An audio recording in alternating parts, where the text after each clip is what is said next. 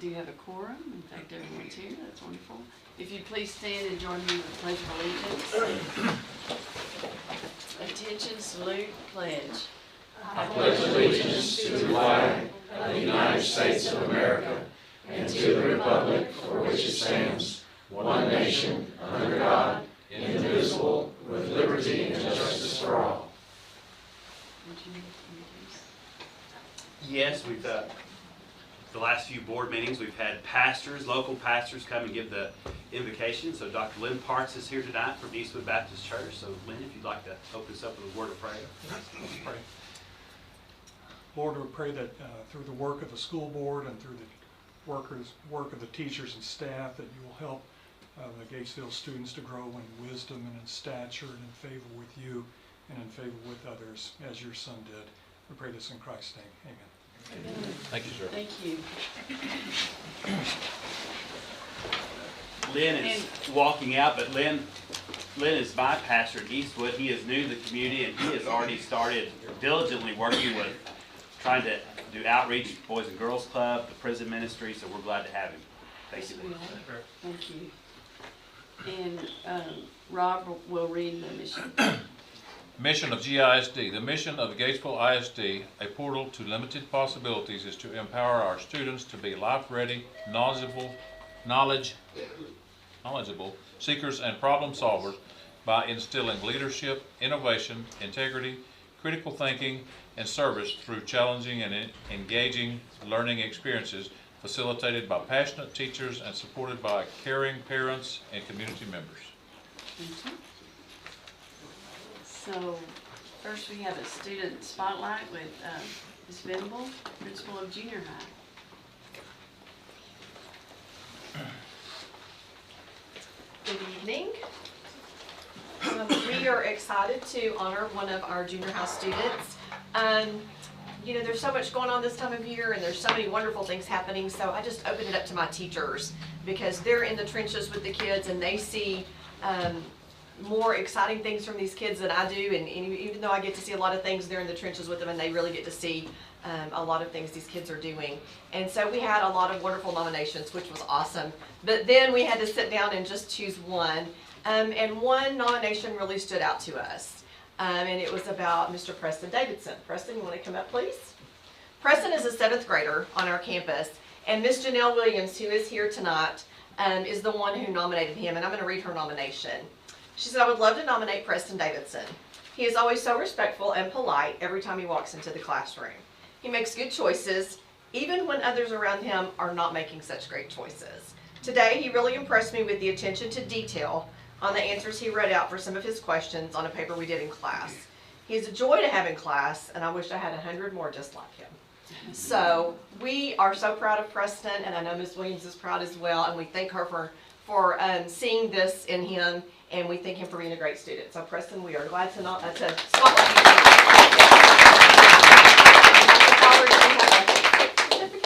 Preston, in a world that's increasingly becoming an unkind place, it's good to see a kid that's sweet, kind-hearted, respectful. We sure do appreciate that. We thank a lot of you for doing that. And other teachers, after I told them who we were spotlighting, said that they've never seen him when he didn't have a smile on his face. So he's just a happy kid that spreads happiness on our campus. So we're excited to spotlight you tonight. Well, Preston, will you smile for a photo with us? Ms. Williams, I'd like for you to get the paper picture since you nominated him. It's nice to see somebody smile.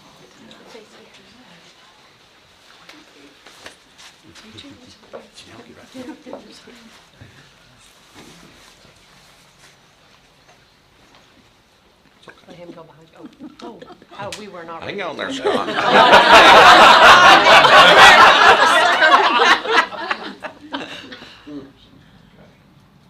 Camera to work. I don't know when to blink. When to blink. And I'm going to get one too, if you don't mind. 1, 2, 3. Thank you. Congratulations, Jennifer. Keep it up. Congratulations. Congratulations. Well, where's your parents? Raise your hand. Good job. And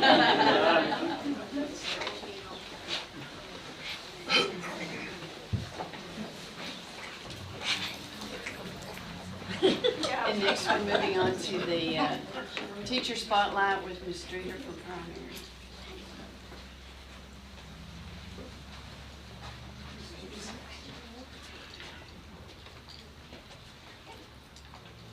So our teacher spotlight this month is Marcy Johnson. Marcy, I'm going to ask you to come up here.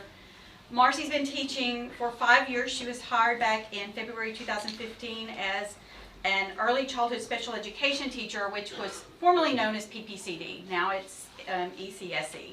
So after that year, she moved to pre-K where she taught for 3 years, but now this is her second year back as an early childhood special education teacher. And she truly has a passion for those kids. She said that one of the things that she thrives off of is just the accomplishments that most people may see as a small thing is a huge thing for those kids. She loves to be surrounded by her kids every day, and I know just from working with her, she's one of the most dedicated and compassionate people that I've ever met, especially when it comes to her kids. She's just is always doing what is in the best interest for them. So congratulations. I have a little something for you. I forgot to bring it up here, but I'll get it for you. So we're very happy to have you, and it's a well-deserved honor. So thank Marcy, we have something for you. And so, just to ditto what Michelle was saying, you do an outstanding job with little ones, and you got a great personality, great attitude, hard work ethic, and so we're sure glad to have you here in Gatesville. Will you take a picture with you?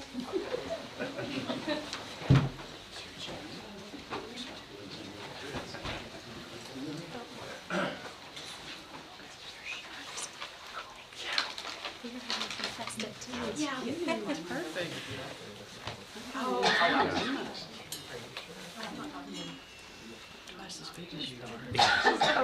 Oh my gosh, was that the, no. We were looking at David. The paparazzi. I feel like this is a practical joke.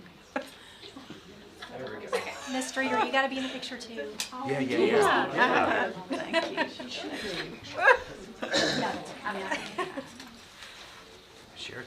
Why don't you get back? her. Come on, there we go. She's trying to get her. Perfect. Thank you. Congratulations. Thank you. For all you do.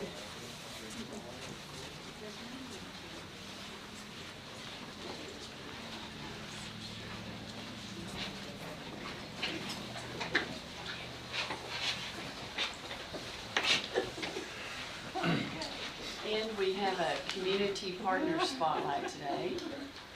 We have so many folks in the community that help us constantly, and so it's hard to recognize everyone, but Laerdal is one that has helped us for years now. And so Wendy Bai is here tonight to represent Laerdal. Just to kind of give you an overview of what they did for us. 2 years ago, they gave us, for free, $8,500 worth of medical plastic equipment that our health science classes still use. And then more recently, 2 weeks ago, Laerdal ensured that every student at the primary received some type of gift. Students in need of shoes received a new pair. Others were given hats, gloves, bubbles, candy, or Play-Doh. And the primary teachers all received glue, storage bags, cardstock, and other supplies.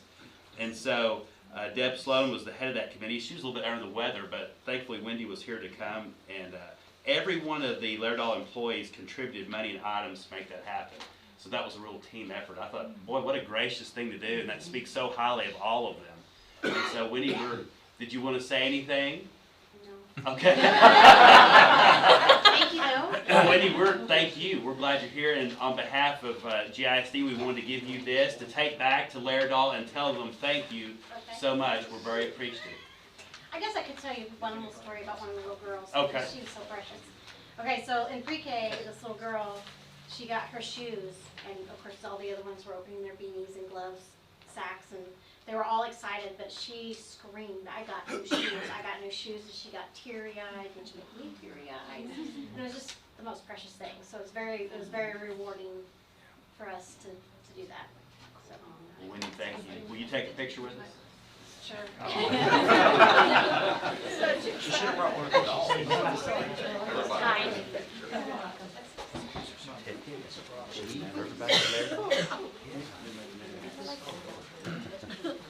Without blaming.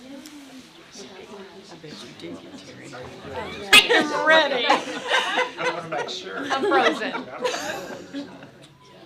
One more. Three.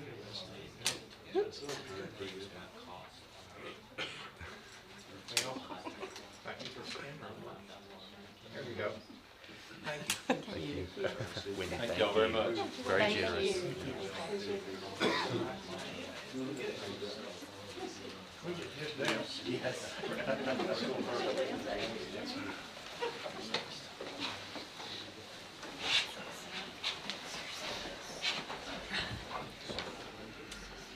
Now is the time for public comments, if anybody is here for public comments. No, none that I'm aware of. And Mr. Frazier, are you ready with our presentation of the annual School First report? Sure, thank you. You're welcome. Good evening, board. This is an annual presentation of our school's first rating that we obtain from TEA each year. Actually, ratings come out sometime in August, and they come out as preliminary, and then they, around October-ish, publish their finals. And so we're here to present that report to you. This is a public hearing, and this is a report that we are required to make as a school district here in Texas. And if anyone here in the audience would like a copy of this report, we have several. Anybody want a copy? Just raise your hand. And Shane, Mr. Webb here has extra copies.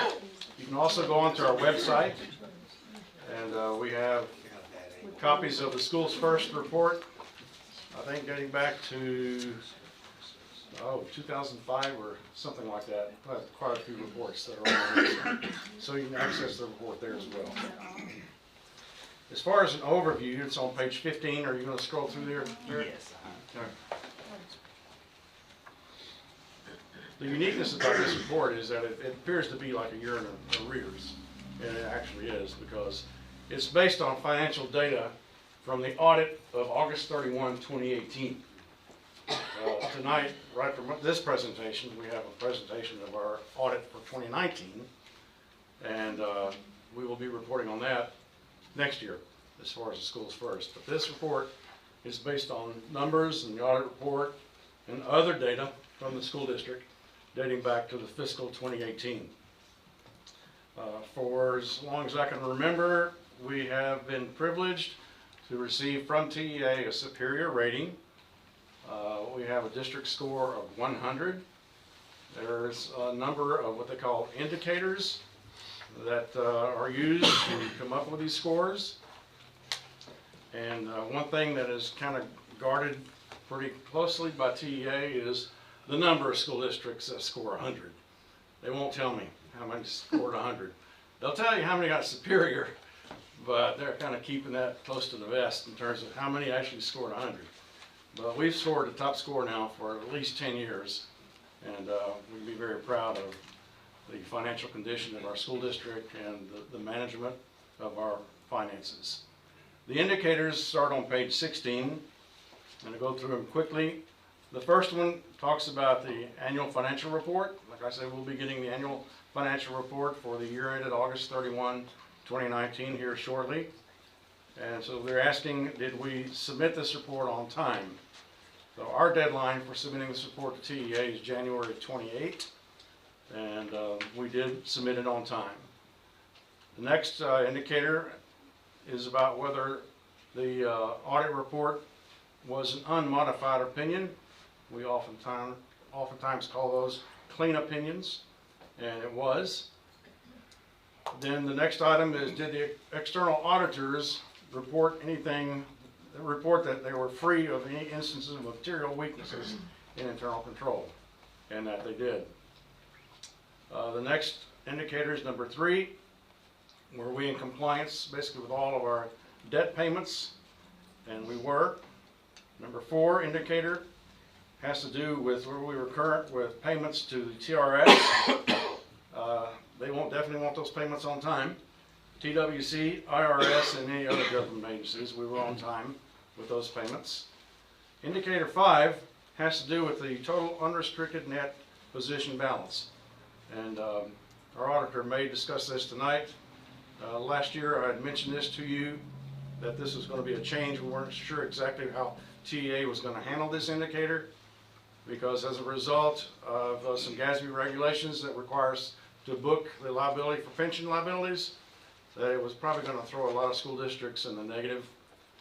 Even after recording $13 to $15 million worth of pension liabilities, we still managed to eke out about a $5-6 million net positive fund balance.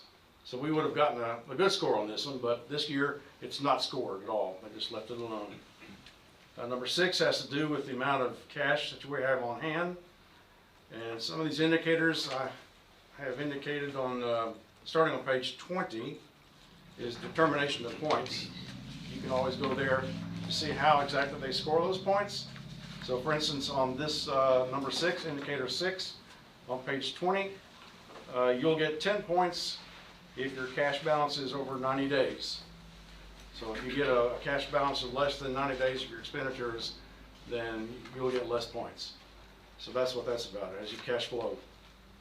7 has to do with the current ratio between current assets and liabilities. We're good there.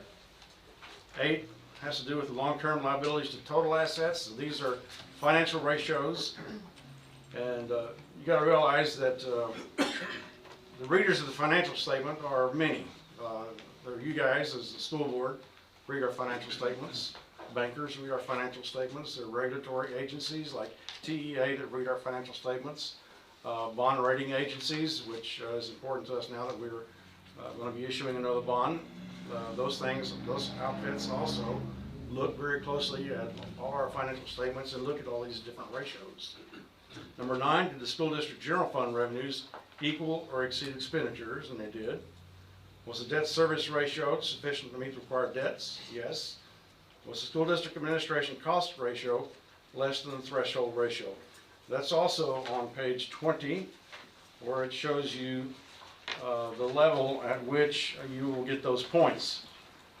So on indicator 11, you see that if your cost ratio is less than 11%, this is administrative cost, you'll get the full 10 points.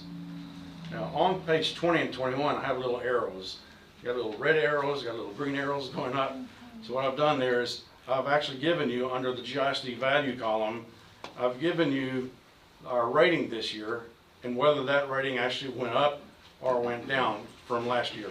So some of these, our position like improved, even though we're still scoring the full 10 points. Sometimes some of these numbers improved, sometimes they went down a little bit. For instance, on number 1, I have a red arrow meaning down because this past year we didn't file our report to TA until December the 7th, whereas the prior year we had filed it on December the 19th. So we were later than the prior year in submitting our report to TA. Still well within the, the deadline that's required. Number 12 talks about the decline in enrollment. We did have a slight decline in enrollment, but it wasn't outside the range of acceptability. Number 13 has to do with the audit report is going to be compared to the PEMS report. This is the PEMS internal method that TA uses to collect all of the data, grades and finances and whatnot. And they want to make sure that the audit and what's turned in with PEMS agree and have very, very few anomalies, or usually rounding errors. Number 14, did the external auditor indicate that the AFR was free of any instances of material non-compliance for grants, contracts, and laws? And we were okay there. And finally, indicator number 15, Did we receive any kind of an adjustment repayment schedule for more than 1 year from the state on their foundation payments, which we did not. So, bottom line, we got Superior, a full 100. If you have any questions about any of these other data, I put a lot of data out here for you to digest. Page 22, I kind of give you an outlook toward the future. Like I said, this is something that comes out every year. And last year I had indicated to you that indicator 5 was kind of up in the air. We didn't know what TA was going to do. So now we know they just basically didn't score indicator 5 as a result of a number of districts probably being adversely impacted by the requirement to have to book pension liabilities. Indicator number 6 requires 90 days of cash and cash equivalents. So our board policy mandates that we have 3 months of operating, net operating fund balance, and we do meet that. Here are some changes that will be coming up in 2 years. For the 2020 year, there's 5 more indicators that will be added. One has to do with a fund balance average over a 3-year period. The second one has to do with the variance in your income. So more CFOs, business managers, when they're preparing their budgets, are more careful now when they're having to project revenues, because now it's not just like a shot in the dark. You got to really try to make it realistic, because if you're off 10%, you might get dinged on this indicator here in a couple of years. Number 3, this district's ADA within the allotted range. Here again, we have to predict and give those predictions to TEA in terms of what we believe our enrollment's going to be.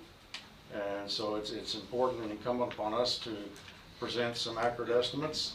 Otherwise, you might get dinged on this particular one as well. Number 4 has to do with posting of our financial information on the website. And if you go to our website, you'll see a number of financial postings. Those are all in compliance with the requirements to post those various items, such as the audit, the budget, the school's first report, and on and on.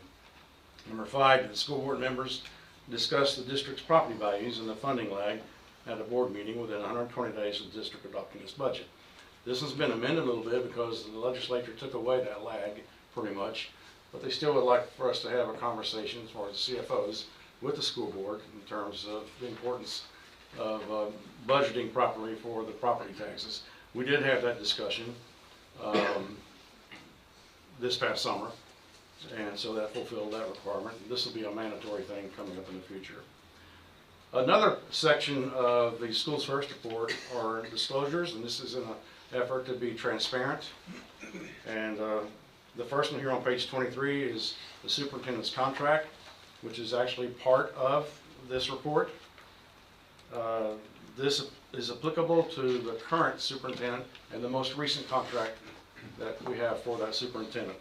So even though the superintendent and board members' expenses were disclosed here on page 23, the prior superintendent's name shows up here because he was the superintendent in fiscal 2018. As far as the superintendent's contract, that's Dr. Pollard's contract. So we have disclosures about board member expenditures. Most of those are going to be trainings and seminars that they go to that are required as board members.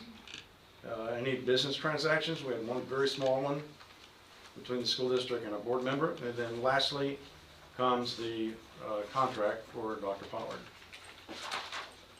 So again, this is, if anybody has any questions, we'll entertain any questions, this being a public forum.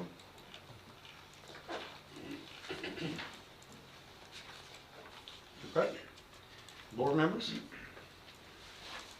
Daryl Any questions? and his team do a really good job. We sometimes just take this for granted that it's just going to be a 100 every year, but there are a lot of things in this report that could trip up a district. And so, Daryl, we sure do thank you and your folks for doing such a good job and getting us that fantastic score every year. A lot of work. Yes. But it takes everybody. We all have to be committed to sound financial principles in the management of our school district. And that, that starts with the board and it filters all the way down. All right, so that's the Schools First report. If you want to read more about it, you can go onto the website. I'm up next, so I'll just keep standing. Okay. I'm doing the intro for the next one.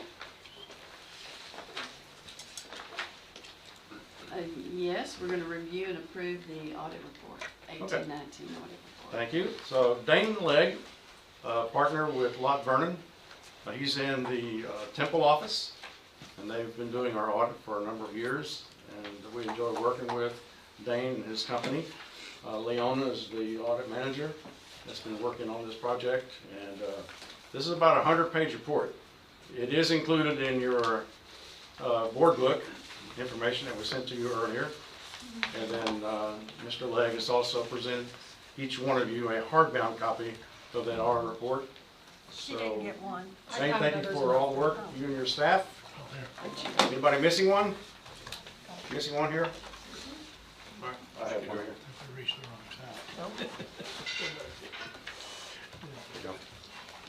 Got it. Oh, you got it? I just went the wrong way. I'm Oh, left-handed, I okay. got the wrong one. I was excited somebody looked at it. And I promise we won't be going over every page of this thing. But, I will hit the highlights of it. This is your fiscal year 2019 audit report. There's two parts of the audit. The first part deals with the presentation of this as to whether it's in compliance. And our opinion is that unmodified or clean opinion, meaning that the presentation of this financial statement is in conformity with generally accepted accounting principles. Real quickly, I'm going to hit some highlights on the financials so you're comfortable with variation from previous years. I'm going to start on page 18 with your statement of fund balance or your balance sheet.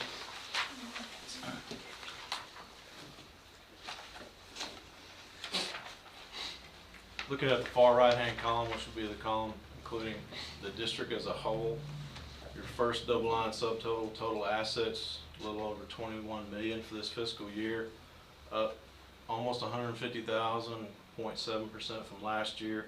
The only notable increase is the fifth item in that subset, due from federal governments or from other governments. Your state entitlement receivable was up over 200,000 for this fiscal year. We'll see the result of that with the revenues in the next statement also. Total liabilities, middle of the page, 2.1 million, up 220,000 over last year. Really timing is all involved in that. Your accounts payable was up about 100,000 and your accrued wages was up about 76,000. Your total fund balance, second number from the bottom, far right hand column, 18.6 million. It's down about 100,000 from last year, or 0.6%. You did budget a deficit of about 1.3 million for this fiscal year, but I think you did better than 800,000 on your revenues, and your expenses came in about 400,000 or 500,000 less than expected. So, you know, your fund balance did fall by 100,000, but I think it's better than what was expected. Looking at your unassigned or unrestricted fund balance, if you look in the general fund, the first column, third number from the bottom, we always look at that as it compares to your board policy. At 6.8 million, that represents 3.6 months worth of operating expenditures. Remember, y'all have set that at 2 months, so you're better than that, and you're also better than the optimal as defined by TEA.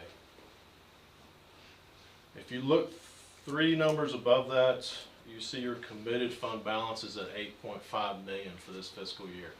I just wanted to mention this real quick. You know, that number was up above 12 million last year. You decommitted 4 million of it.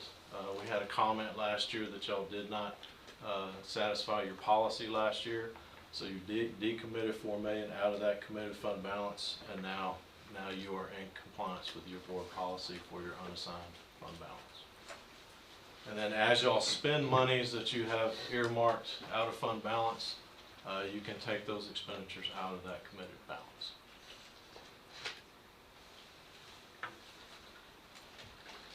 Any questions on the balance sheet?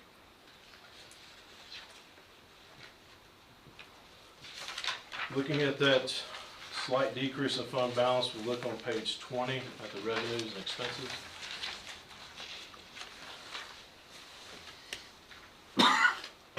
Total revenues for the district, 28.5 million, up 1.2 million or 4% from last year. The first item in that subset, your local revenue at 10.5 is up 400,000. Your property tax was up $260,000, and your investment income was up about $150,000. Your state program revenues at $15.1 million are up almost $400,000 from last year. Again, talking about those state entitlements, that receivable we spoke of earlier has increased. And then your federal revenue, the third item in that subset at $2.9 million, is up about $400,000 also. Title I revenue was up $175,000, and special education was up $140,000 over last year. Your total expenses, 2/3 way down the page, your next subtotal, $28.7 million for this fiscal year, up $1.6 million or 6% from last year. Obviously, the biggest expenditure there is 3 numbers up from that. That's your capital outlay. That's where you started. That's where you spent your fund balance money on capital projects, mainly the high school renovations, and that figure is up about $700,000 over last year. And then overall, from a functional standpoint, your salaries and benefits are up $800,000 over last year. Giving us a net change in fund balance, third number from the bottom, that's that negative $108,000. That's our 0.6% decrease in fund balance for this fiscal year.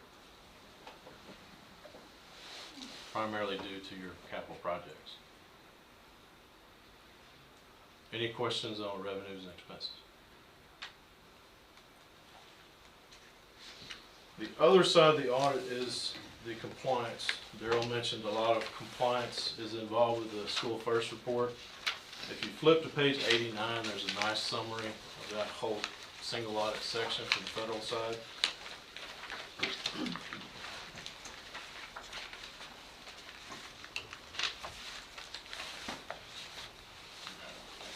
The first section of this summary deals with the internal controls as they relate to the financial statements themselves. It is an unmodified or clean opinion with no material weaknesses. Then item B, the federal award section, deals with the internal controls as it relates to the federal programs themselves, which is also a clean opinion with no material weaknesses. In the middle of the page, it identifies the major programs for this fiscal year. You see it's child nutrition this year.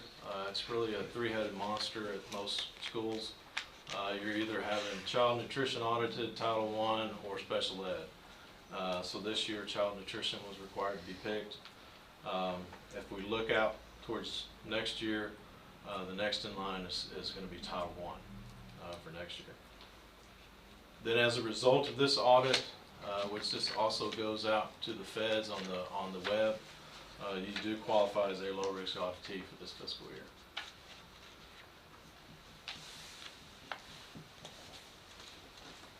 Any questions on compliance?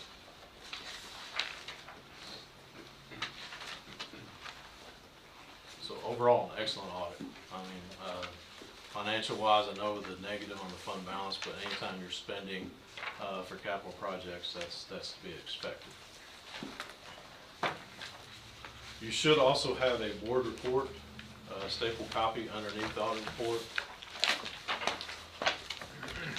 Again, as an auditor, I'm just required to answer certain questions to you, the board. All those questions you will see in there are of a positive nature. So if I had troubles with the audit, if I had to consult with attorneys, things of that nature will be highlighted in this report.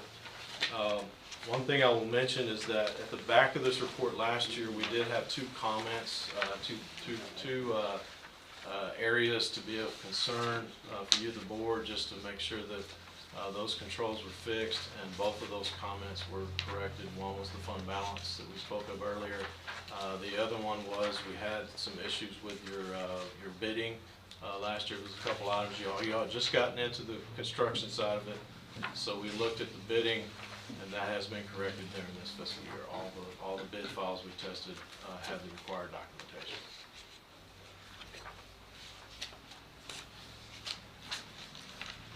Any other questions?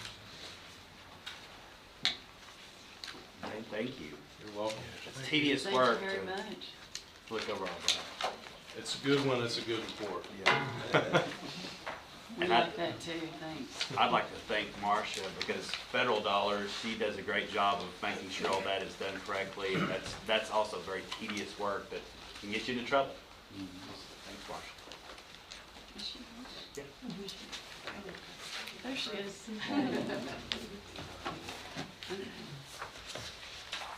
So moving on to the, Excuse me, I think we need I'm sorry. to make a motion to approve the audit.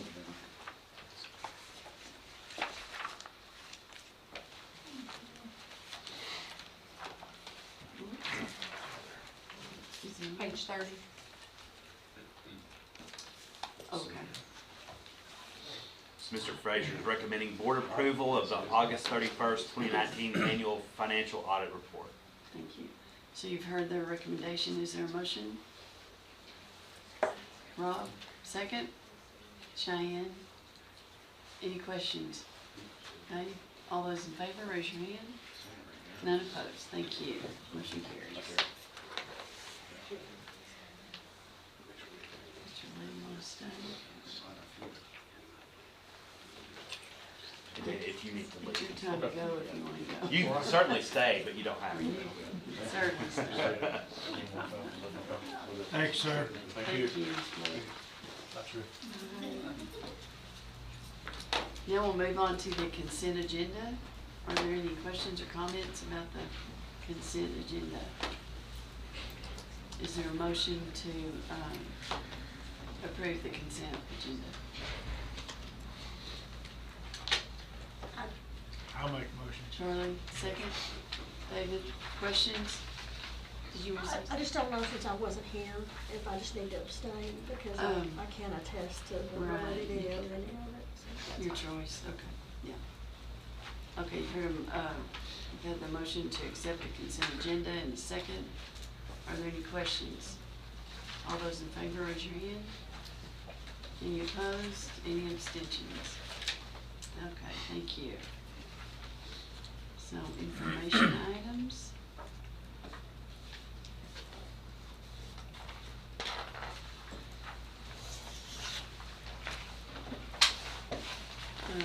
Bond sale. So originally, we were thinking we might have to have a different meeting, but we were able to work with scheduling with Mark Allison with Samco, and he's here tonight. And so this is just an informational item, but we're glad he's able to get here and we can knock it out in this meeting. So, you want to come on up? Yes. Thank you for the introduction. I'm here from Samco to talk about the bond program. I understand you guys have a handout in your agenda items, but I have an updated one that I'd like to hand out.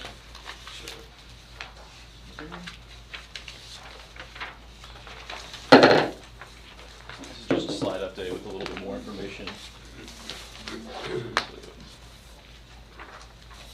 Mr. Allison? Yes, sir. Nice to meet you. Thank you.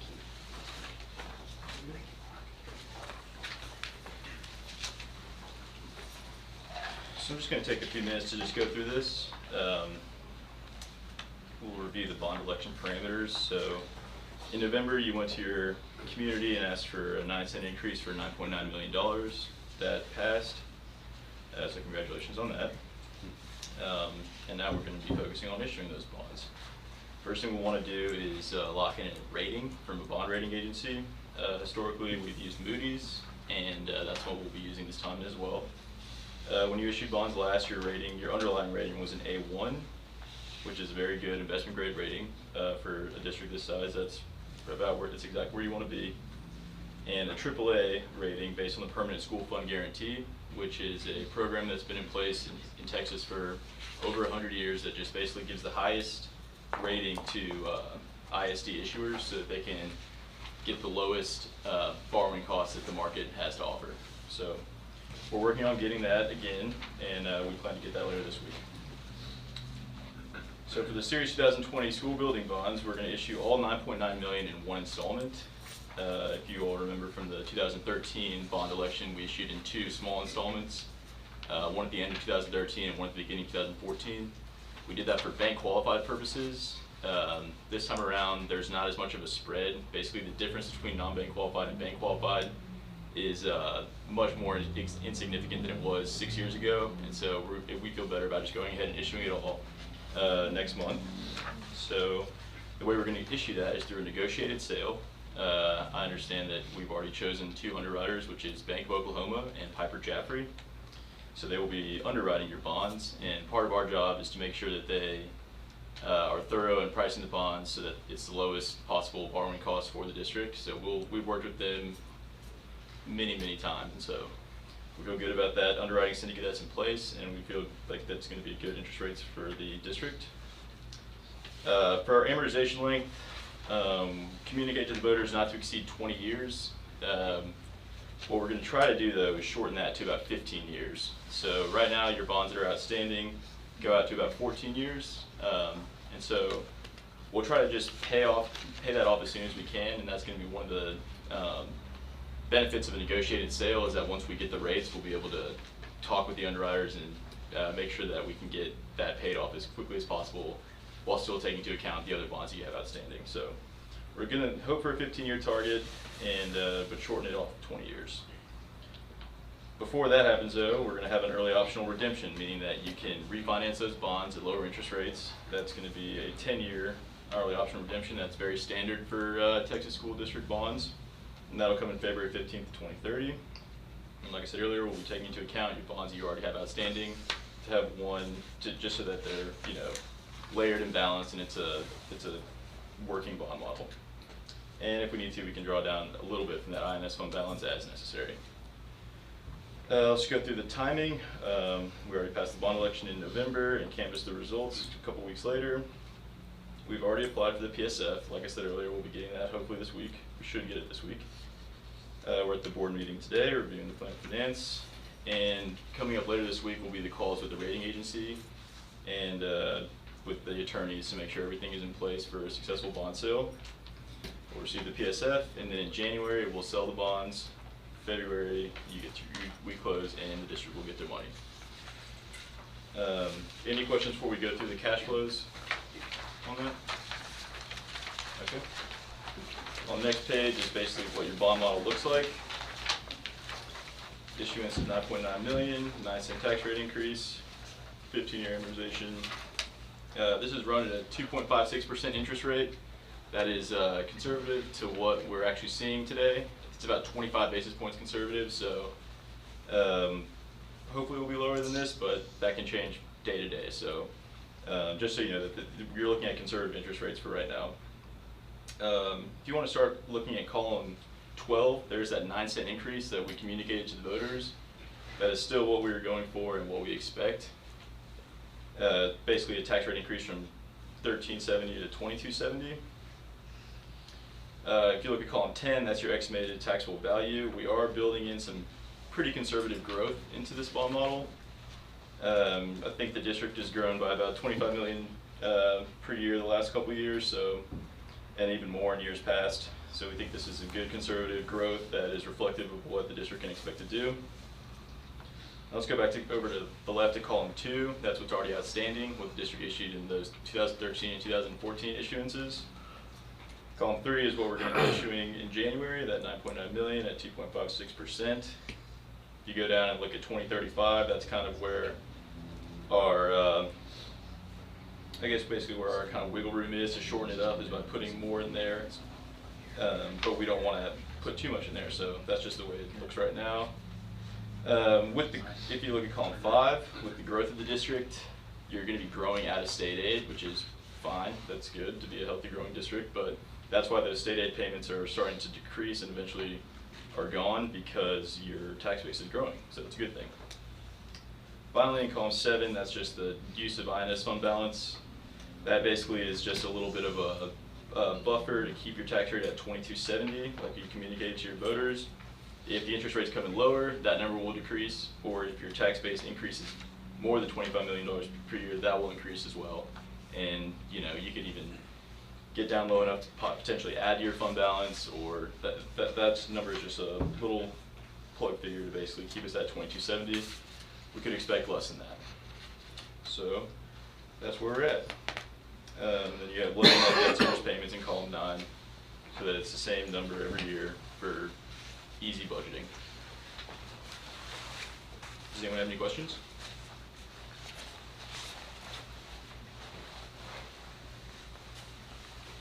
Great. I don't think so. Anybody? thank you all very much. I've worked for Brian for about 7 years, but I don't always get the opportunity to present by myself, so I'm very thankful for the opportunity and look forward to a successful sale next month for the district. Mark, one question. So by going from 20 years to 15, how much were we saving in interest? It just depends. It depends what the interest cost is, but basically, if you look at in your in the bond packet you have, hold on, I have those numbers. Just give me 1 second.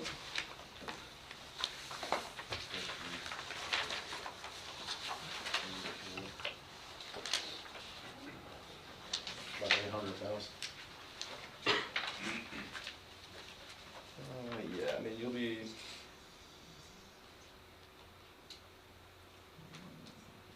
Yeah, I mean you'll be saving probably between 800,000 and almost maybe $1 million.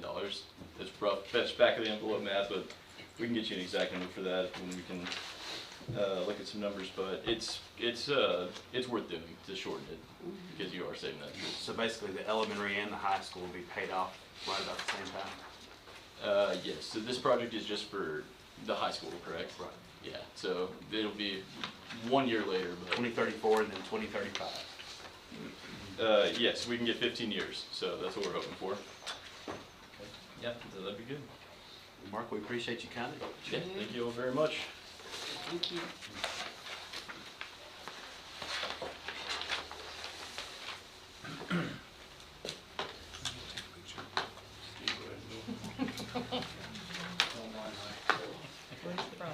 Yeah, you may leave if you'd like to.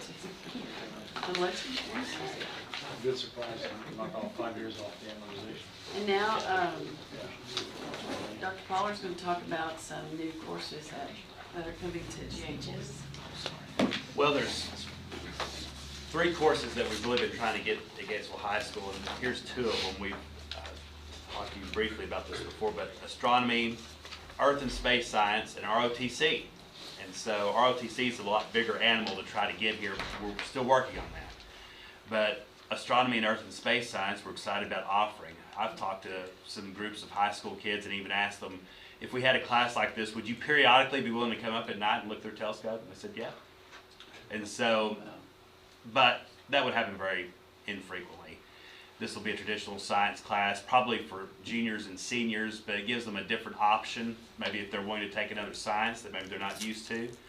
And so we've been researching it, and Katie Kelly's already done a materials list of things we need to buy for the courses, and we've started getting them out into the plans to offer in the spring to the kids. And so we're excited about doing it. We think that's 2 classes that we haven't had that we think would be interesting for the kids. And so we listed a few things that they'll look at, but you know, it's basically the moon, the seasons, gravity, basics of space, and then Earth and Space Science course has different dealings with the Earth as well, but hopefully those will be some interesting courses that the students will want to take.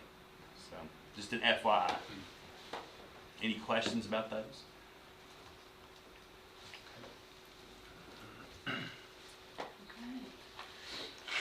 Sounds good. And now we're moving on to the action items. And first, the guaranteed maximum price for the high school renovation project. Well, the Masonics were here last Thursday, wasn't it? And we had a session dedicated just for them, so we could look at all of the different pricing and alternate bids that we might want to accept. And so all of that same paperwork, nothing changed, it's all in there, just like on Thursday. And if you had any other additional questions, you know, now would be the time to ask, but we're still looking at that base bid of $17.35 million there at the top, and then looking at alternates 5 and 6 that we would pay through CTE dollars, getting that welding exhaust and that canopy over the CTE courtyard, and then 7, 8, and 9 as a kind of a making sure that the project doesn't hit any sort of hiccups with water, just going ahead and saying, okay, we're going to just budget that to make sure if we can't get appropriate pressure or volume of water to the new high school, we want to make sure that we can here, that nothing torpedoes this. And so that's why the third 7, 8, and 9 are highlighted yellow. So then the proposed GMP with the alternates would rise to 17.708 million. That's always important to note that, again, remember we've talked about this being a $20 million budget. This is for construction. And so we've talked about time and time again the soft costs, that all those different things like furniture and fixtures and equipment and asbestos abatement and portables and all that is not in that number, which would get it up closer to that 20 million again, like we've always talked about. But this is a big step in approving the maximum price of the lion's share of the project, the construction. And so Ed and Eddie had included this summary page, plus last time we looked at all the different subsections and different component prices, and then finally there's even a section in there where they have all the different bids, who all bid on the project, who got the projects, and things of that nature. So Ed and Eddie are here again tonight. Did you guys want to add anything or update anything for us? We're just happy to see you go through. Okay. So, Board, did y'all have any other questions about any of the things we talked about Thursday? I'm curious on there's a deal contingent on there about replacing the city water main, but it's a small amount of money. City water line replacement, that alternate 9, where is that particular line you're talking about? Because that's not much line. That covers 717 linear feet of a water line that, if necessary, rather than us tying on to an existing water line. From the main to the school? From the main to the school. Any other questions? Go ahead. Oh, first of all, I apologize for not being here last week. I had a faux pas on technology and getting my board, this board email, so I kind of found out a little bit late, but we just finished a project in Valley Mills with Masonic, and they're wonderful to work with. I just wanted to ask on the canopy, is that something that y'all wanted to run through the GMP? Because we had an experience where we pulled those canopies out and were able to do them significantly cheaper. And I just didn't know. And no criticism or nothing negative to Masonic. Right. It was because they're there to make money, and you also got to, when you put it in a GMP, the architects are going to get their percentage of that money too. And it was significant savings for us just to do the canopies and the awnings on our own. So I just put that in there because it was useful to us. Toby? Yes. Toby, as far as, and Eddie, what are y'all thoughts on that as far as purchasing the canopies outside? Well, I mean, the initial cost that we got back from them on the canopy itself seems well within reason. I mean, it was a fair price. Now, there might be some leeway on like the fans and the lighting. I know those big fans, I'm not sure price-wise on those, if there's different models where you could save some by going with a different type. But I mean, the canopy cost to me seemed like it was a pretty fair price for the amount of square footage that you're covering. A lot of engineering. One thing about it, it has to be engineered, so that's going to, limit who you can quote it, on that stuff like that. You'll have to have an engineered. Was it also generic size, or was it? There were just different ones, at several locations, and it's probably not as large. I mean, but. Did y'all have to have them spec'd out, like specific, or was it something that was more just on hand? Just Mr. Kelly, the superintendent, was able to get with firms. Were they connected to, because this is going to be underneath those sides? Yes, one went from the addition to the ag barn, and then just the canopies like in the awnings in the front and stuff like that. I mean, it was significant money, but I mean, if y'all are comfortable with the price on it, I just wanted to put that out. It was bid out. The canopy was bid out. And signed to the lowest bidder, which is what we would have to do, even if we did it ourselves. We would put out the specs and get RFPs and probably get the same bids that Masonic got. And there will be a little percentage added for the architect, that's true. But that's probably not that significant of a number. And And I guess our thought is, you know, we'd like to get it done with the project and not be a delay on it happening, because if we have, I guess if we have to come back after the project's over, it just delays on us being able to make that an outside work area. Also keeps Masonic responsible for the warranty on it, right? Well, it's still under warranty because the firm that The you, manufacturer's warranty's gonna cover yeah. it. Is y'all's warranty over and above the manufacturer's warranty? Or do you just enforce the manufacturer's warranty? It's just another layer of insurance stacked up on other ones, but I'd like to comment on something. If I'm not mistaken, there was some savings, but there are different canopies. They're not Avidet canopies.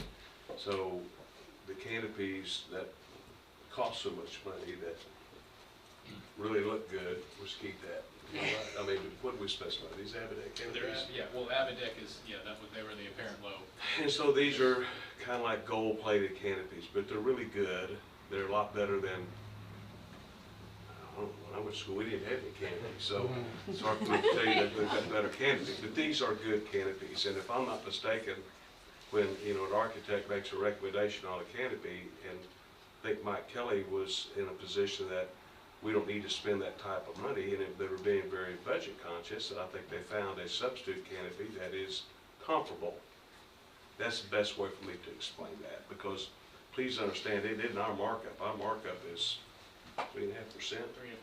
So I mean, there's not a big markup on top of something that's been bid out. And there is, since there are utilities associated with these.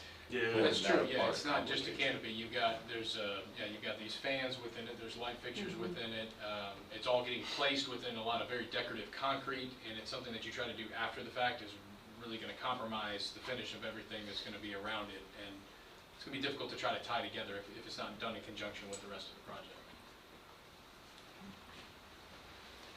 Brenda, that was a good question. Yeah. I'm just here because I'm taking Yeah. care of taxpayers' Yeah. money on the ask, Yeah, so. you've been through it, so. Aren't you too? I like the way you think. No, Other but- questions about it? But Masonic's wonderful. This has nothing to do with Oh, we know. their integrity or anything like that at all. David, did you have a question? You had a very inquisitive look on your face. So. I had something on my mind. You were gonna say something and then. I interrupted. If this canopy is connected to the new construction, correct? Well, it actually connects to the existing building, to the, I believe it's the CTE building? Right, but it's gonna connect to the new one also? Well, it stops short of the new building. Stops short of? Yeah, there's no physical connection. to Okay, so that's what I was wondering, because we were talking about that out there, the width. You know right off what the difference in elevation is gonna be? The canopy will be above. Is that, Yeah, I'm not sure what the overhead door height is in that area, but it's obviously gonna be, you know, probably 2 or 3 feet at a minimum above whatever the door clearance is.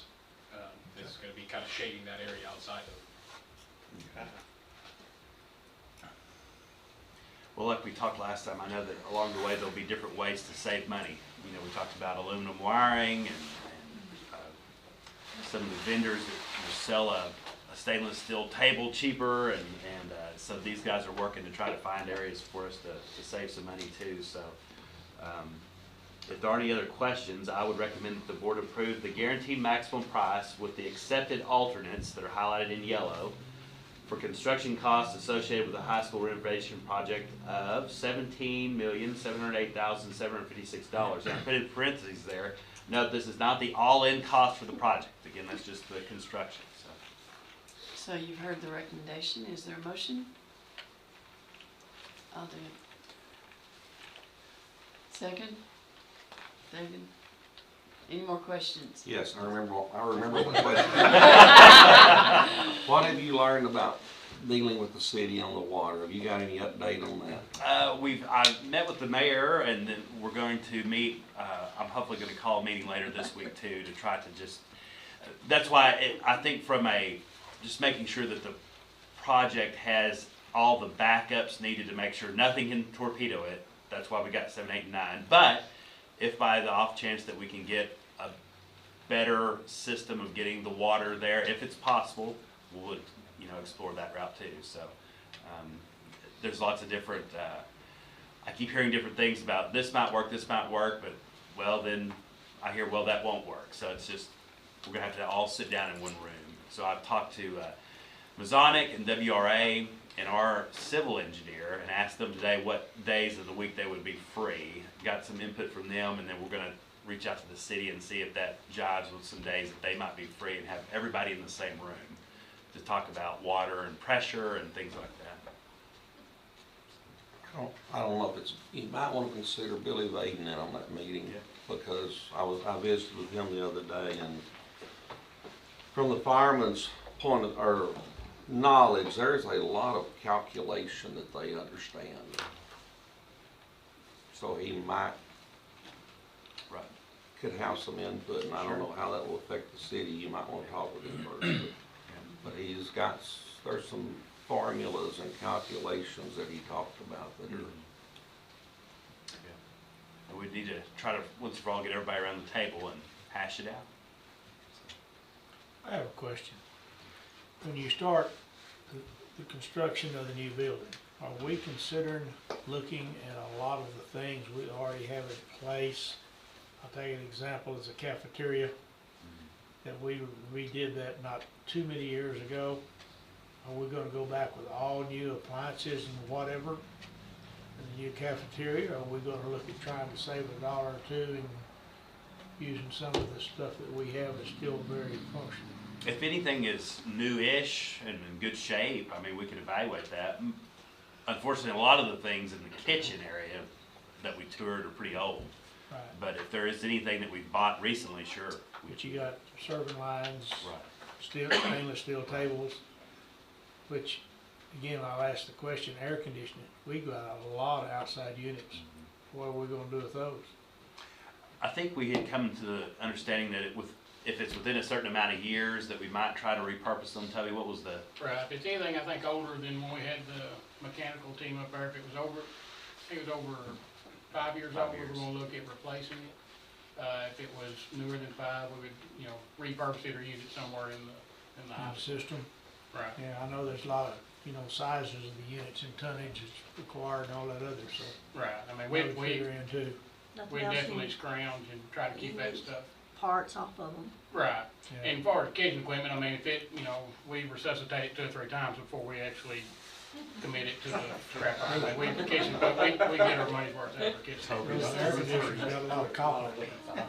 Pretty expensive, you salvage it.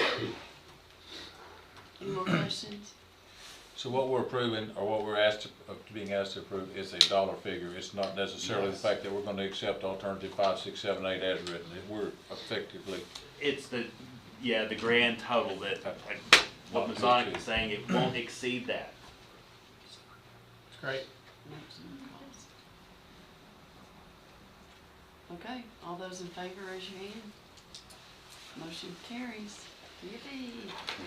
Thanks, Got sir. your lights set up, you're gonna get ready. Now we just have to, we have to plan a groundbreaking ceremony. Several requests to blow up the school, so we need help with that. Offering to do that, but I think we may take that too literally. Now we'll go on with the out-of-state trip request. Thanks, everybody. Thank y'all very much. Look forward to working with you. Thanks, y'all. Appreciate it. Thank you. Tricia Farrell and Amber Colson. And I can kind of give, you want me to kind of, I'll let's get start. started. We'll give a little overview. So, they're nervous. So Tricia's our lead varsity cheer sponsor, and Amber Colson's her assistant, and they take care of the high school cheerleading team. And so they're considering an out-of-state trip in February of not 2020, but 2021. And so they're trying to get ahead of it to see what you guys think about it. And so this is a opportunity to compete at the National High School Cheerleading Championship. So that they'd have to qualify by doing well at one of the tryouts. And so the competition would be held at the ESPN Wide World of Sports Complex at Walt Disney World in Orlando. And so it typically occurs the second week in February. This is so far out. We're basing this on what they've got this year. And so, Tricia's been researching and trying to figure out the cost as well. On a side note, they performed well enough this year to qualify. So she's got a heck of a team. And so basically she has talked with the parents and felt them out as far as, would this be something you'd be willing to, sacrifice the money towards. The students would miss between 2.5 to 3 days of school in order to compete at this event. Airfare is about $250 a cheerleader plus another $250 for food, and then $671 is the big cost for the 4-night stay in the hotel plus the registration. So that's a grand total of $1,171 for each cheerleader. And Ms. Farrell's hoping to raise $500 apiece, hopefully, through fundraising. What else did you guys want to add? I don't really know. I'll talk a little bit about this year, just real quick to kind of give you background. Of course, this is Amber and I's first year, so it's kind of been a learn as you go. This year, we're doing what's called, there's two different big companies in cheer. There's an NCA and there's a UCA. And they're really kind of under the same umbrella, but they've always been separate. So even though they're under the same umbrella, they've kept them kind of separate, apart from each other. NCA is what we're doing this year. The Nationals is in Dallas, a little closer to home, a little easier for us to get to. We just went to our first NCA competition this last weekend, and the girls did fabulous. We came in with the first place, so we were really excited. First year, first time out of the bag, we weren't sure what to expect. We didn't know where we were, in comparison to other schools, but they prevailed and did great. That's just what I would call like a regional type competition.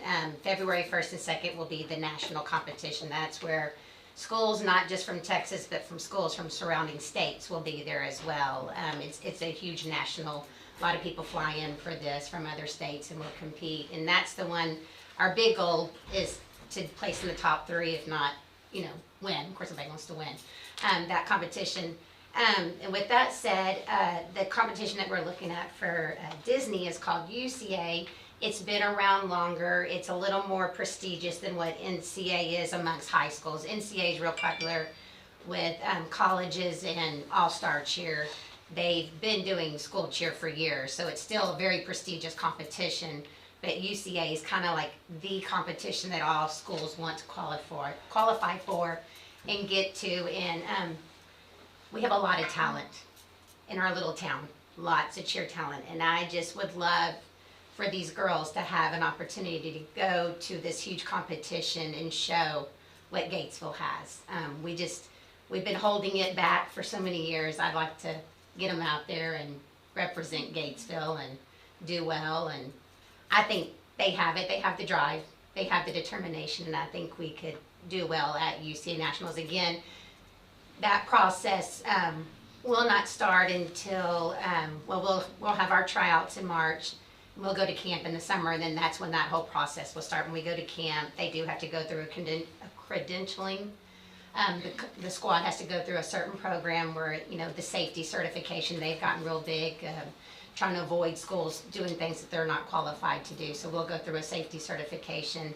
The squad's required to do that, and then we would receive what's called a bid at camp, and then we'd also have to attend a competition and do well at the competition. And with those two things together, then you get a bid to nationals. So it is a multi-step process to get there. It's not just, I want to go to UCA, sign me up, and I'm at Disney. There is a step process to get there. And we just feel like we've got the squad to do it. We've got the talent, we've got the girls that want to be there. They want to do it. They want to be successful. These girls are competitors. So they don't want to just go and they want to have fun, but they have a goal in mind. Just to show them how much they have improved. Now, last year, what did they place as far as in that one competition? There was a lot of schools, but what was UIL last year, I can't remember the exact number. It was like, I think it was like 87, and we placed 86. Yeah. And 85, 86. We were at the bottom 1 or 2. And then this weekend in this different competition, you were first out of how many? Well, in our particular division, there was only 4 teams. There was only 4 teams, but we probably outscored probably 90% of all the teams there. Just as a whole, they weren't competing against us, but I can take the score sheet and match up our scores, and we're probably in the top 10% of all the teams there. It's just they weren't against us. But I can look at their score and not score and tell you we would have beat them anyway. But they did really, really well. Tricia, can I ask you something? Uh-huh. There are 20 cheerleaders that go? Well, 20? it just kind of depends on what my squad is, because it's all going to be based on what my tryout numbers are in March, because we will have another tryout process. It looks like when I'm looking at this that the numbers will either take, well, I want to say compete. We're either looking at 12 competing or 16 competing, but we can take up to 20 if we want to take some alternates in case somebody gets sick. You know, somebody falls and gets hurt there. You know, we can have some alternates go with us. The way the rooming works at Disney and the price that we're giving you is based on 4 to a room. So if you only have 3 to a room, then the price goes up, you know, like $50. But we would try to keep, we're, you know, the lowest cost possible because it isn't a cheap trip. So we put 4 in room, but also small varsity, the way the cheer competition, you have small varsity, medium varsity, large varsity, and then you have the super varsities, which are your huge 6A Allen schools. Obviously, we won't be in that area. But it doesn't matter if you're 2A, 4A, 5A, 6A, it's just how many girls you're gonna put on the floor. So we will be going up against some 6A schools, just like this weekend. I mean, we go up against 6A schools. If they only wanna put 12 on the floor, that's our max, then they're gonna be against us. UCA will be the same way. So we can either do 12 or under would be what we call small varsity, and then 13 to 16 is medium varsity, and then 17 to 20 would be considered large varsity.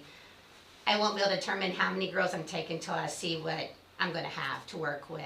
Because one thing about the UCA and the NCA competitions, you have to have a full squad tumbling to be competitive.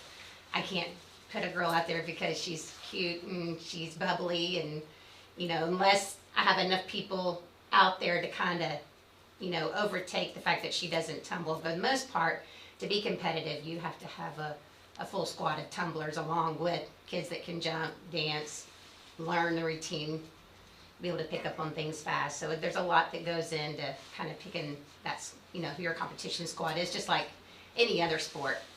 You're gonna, you know, pick the boy that can catch the ball, not the one that drops it every time. So kind of the same thing. I'll ask you the question I always ask a group that's gonna go. What if the girl, the cheerleader, boy or girl, you could have a boy Right. too, does not earn the money or does not have the extra money over the amount? What did you say? You're gonna hope to raise 500 for each Yes. cheerleader?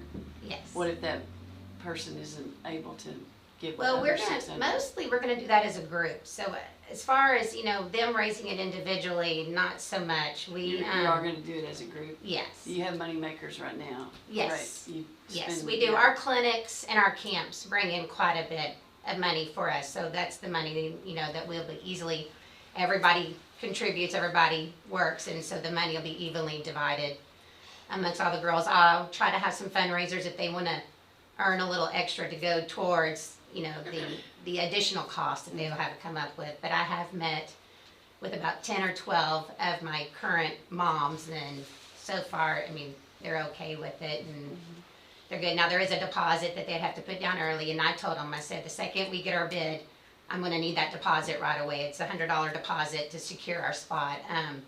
There was a high school in Texas that we are friends with some of the girls on the squad, and they got a bid, and they waited too long to secure their hotel, and it sold out.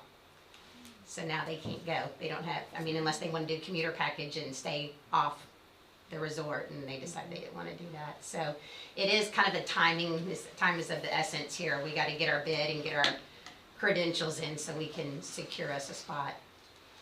So the qualifying steps, Mhm. do those cost money?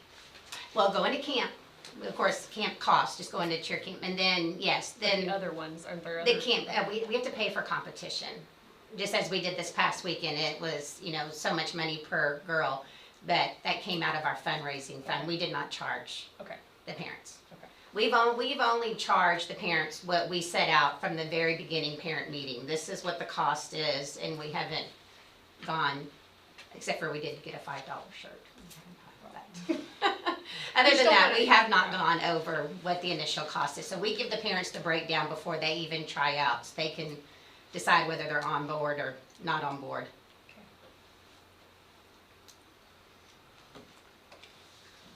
Any more questions? questions? So the recommendation is that the GHS cheer team be allowed to travel to Orlando, Florida in February of 2021 in order to compete at the National High School Cheerleading Championship, if they qualify. Yes. Is there a motion for that recommendation? Brenda, second? Rob?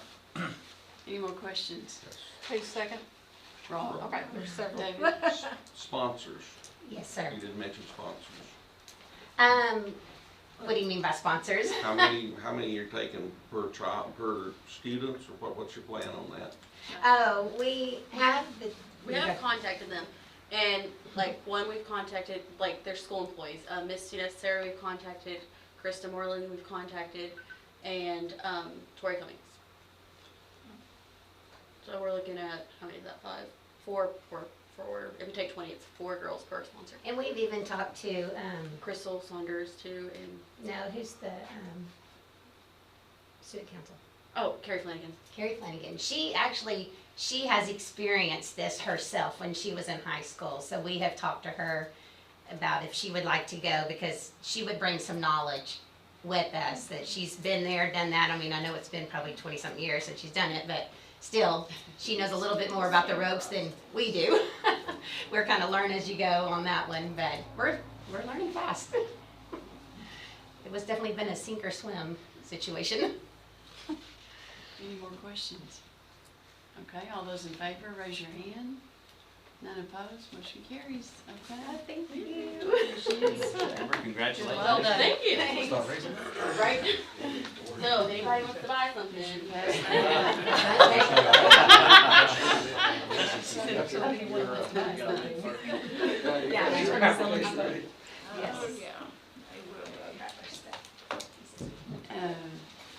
Moving on, we need to talk about the removal of the old greenhouse.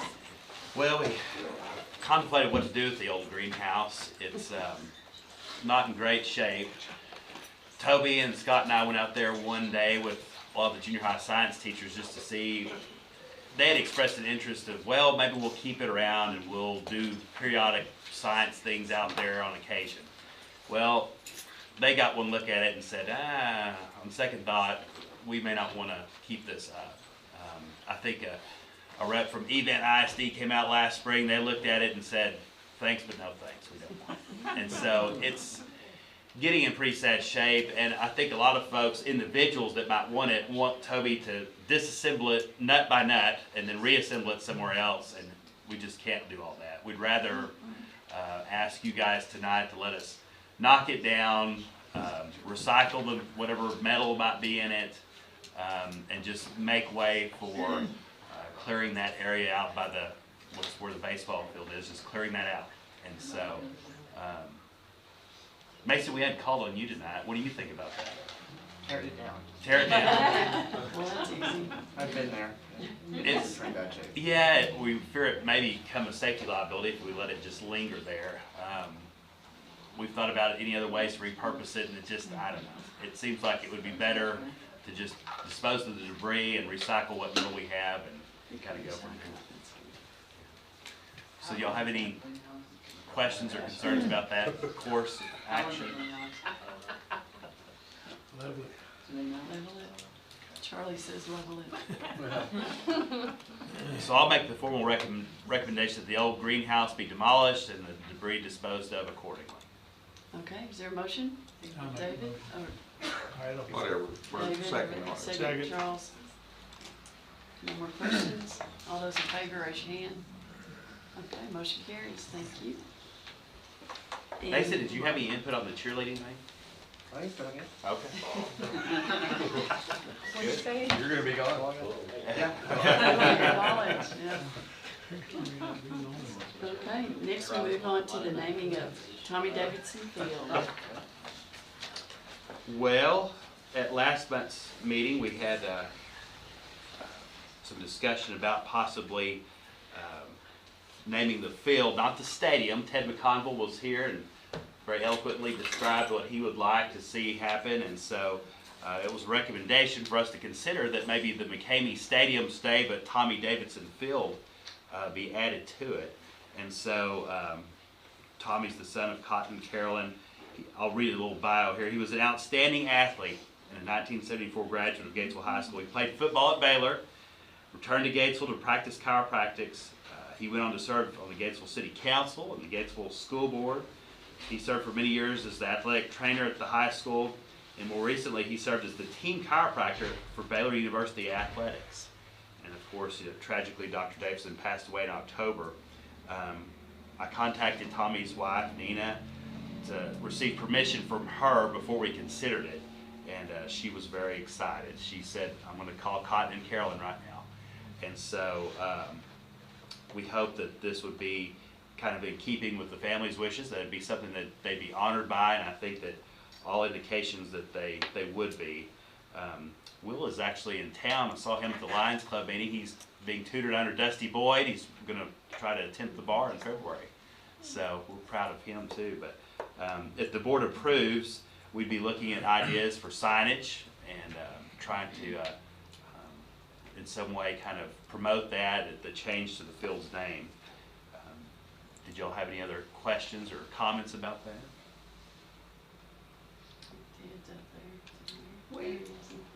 Linda? When we talked about that, did you settle, did y'all discuss the name of it?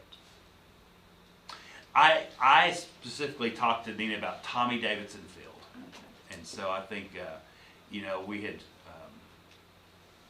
talked a little bit about how Cotton technically didn't play out there. Cotton played in the old football field. And so we thought to give Tommy kind of some distinction that would be a good thing. And so the family seemed very pleased by that. So your recommendation? So the recommendation would be the football field be named Tommy Davidson Field, in addition to the surrounding area still being called McCamey Stadium. Yeah, I'd just make sure you get that out there, because there's some people may not understand that, Right. and they would get very upset if they thought McCamey Sure. Stadium. Right. I'm all in favor for what you're doing, but Yes, I'm old school, I'm old. Question? Motion to. Oh, you want accept. to make the motion? Is there a second? David, any more questions, comments? Okay. All those in favor, raise your hand. None opposed, motion carries. The signage, would it be feasible to say Tommy Davidson Field at McCamey Stadium? Okay. That way the distinction Yeah. is there. Mm. We're not trying to do anything Right. to change the name of McCamey Stadium. Yeah. Yeah.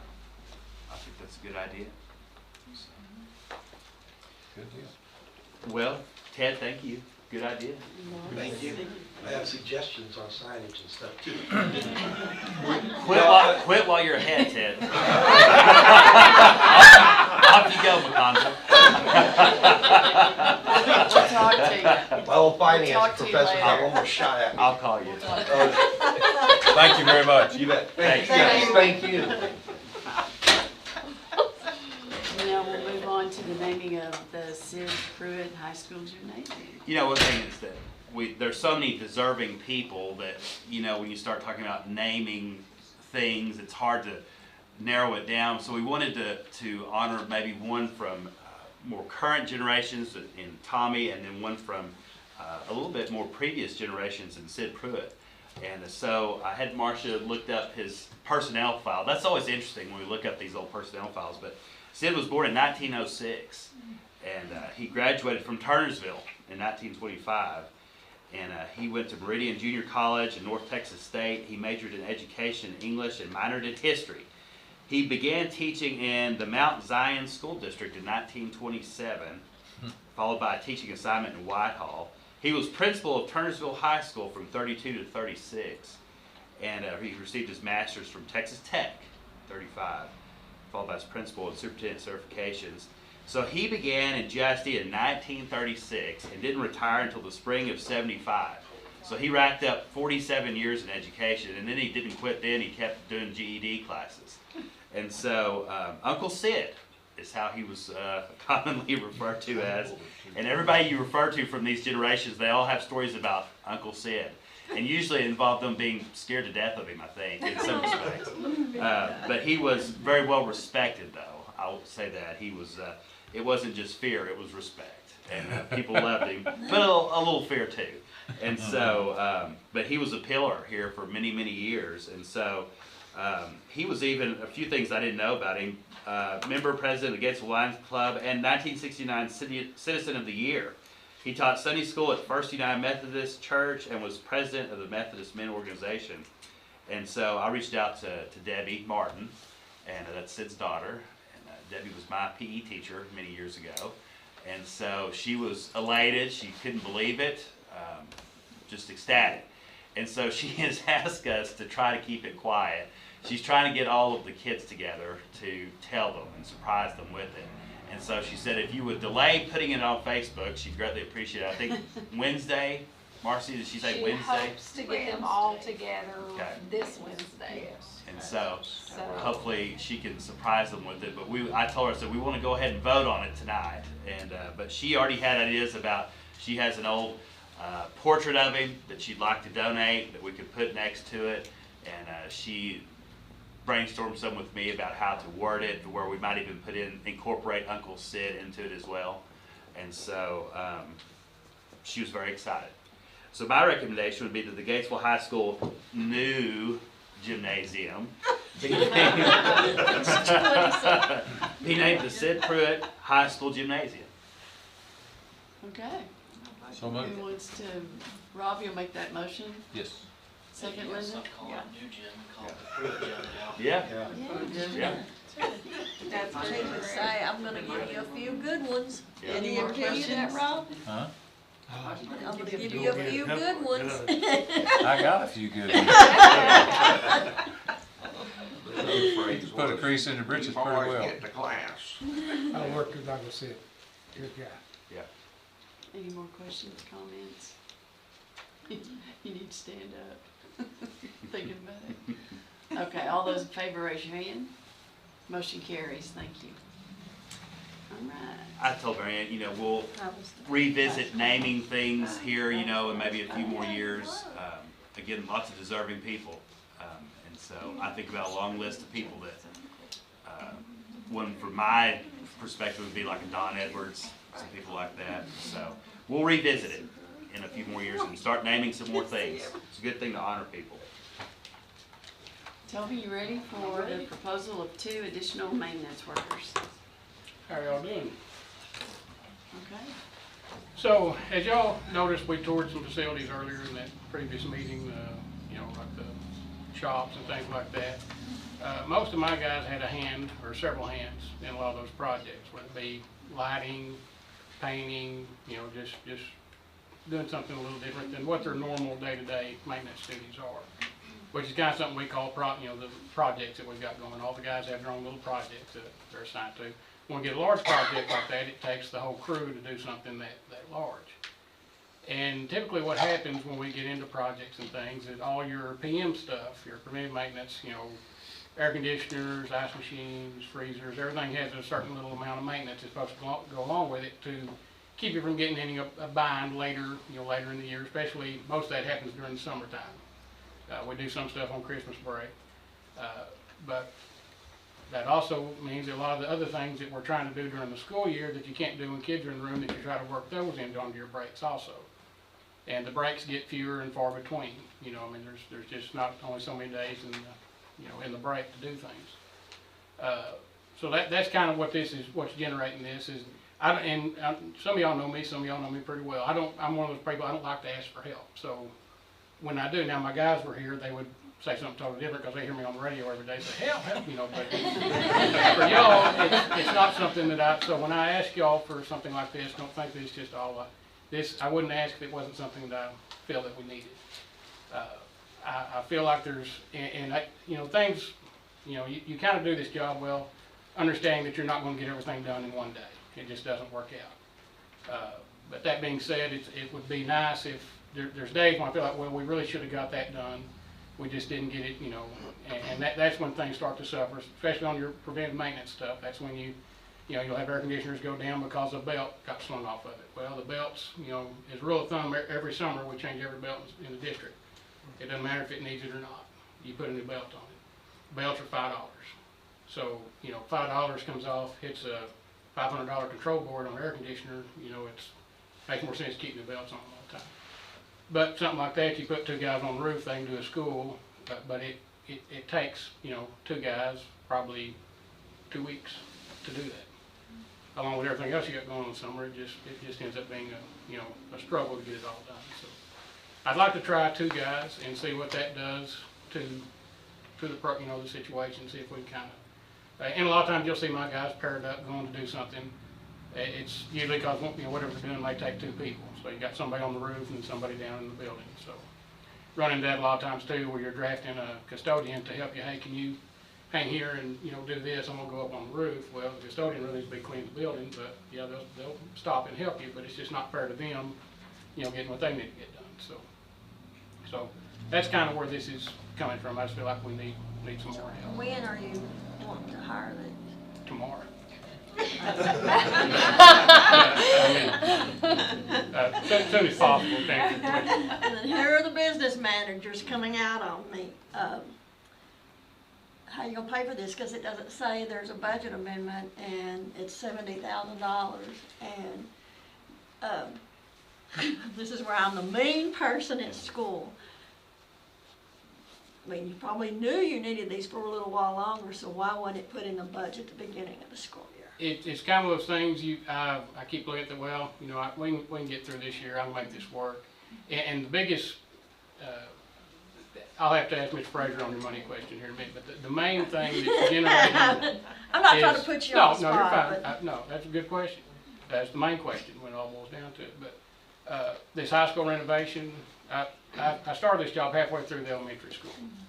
And I learned a few things through that, when they say turnkey, there's no such thing. Somebody's still got to turn the key. And there'll be a lot of extra things that get thrown at us with this high school renovation. And the guys I've got, I just don't know that I can get it. Yeah. I mean, we can get it done, we can get anything. The guys I've got are some of the best guys are. So On the other side of that, when you get all brand new stuff, you're not gonna have as much, there's a lot of old stuff in that building. Yes, ma'am. And it's not gonna require as much work. Right. That was a question I got approached with on the bond election. What, are we gonna have to hire more maintenance guys? My answer to that was, well, no, we shouldn't have to, but now then.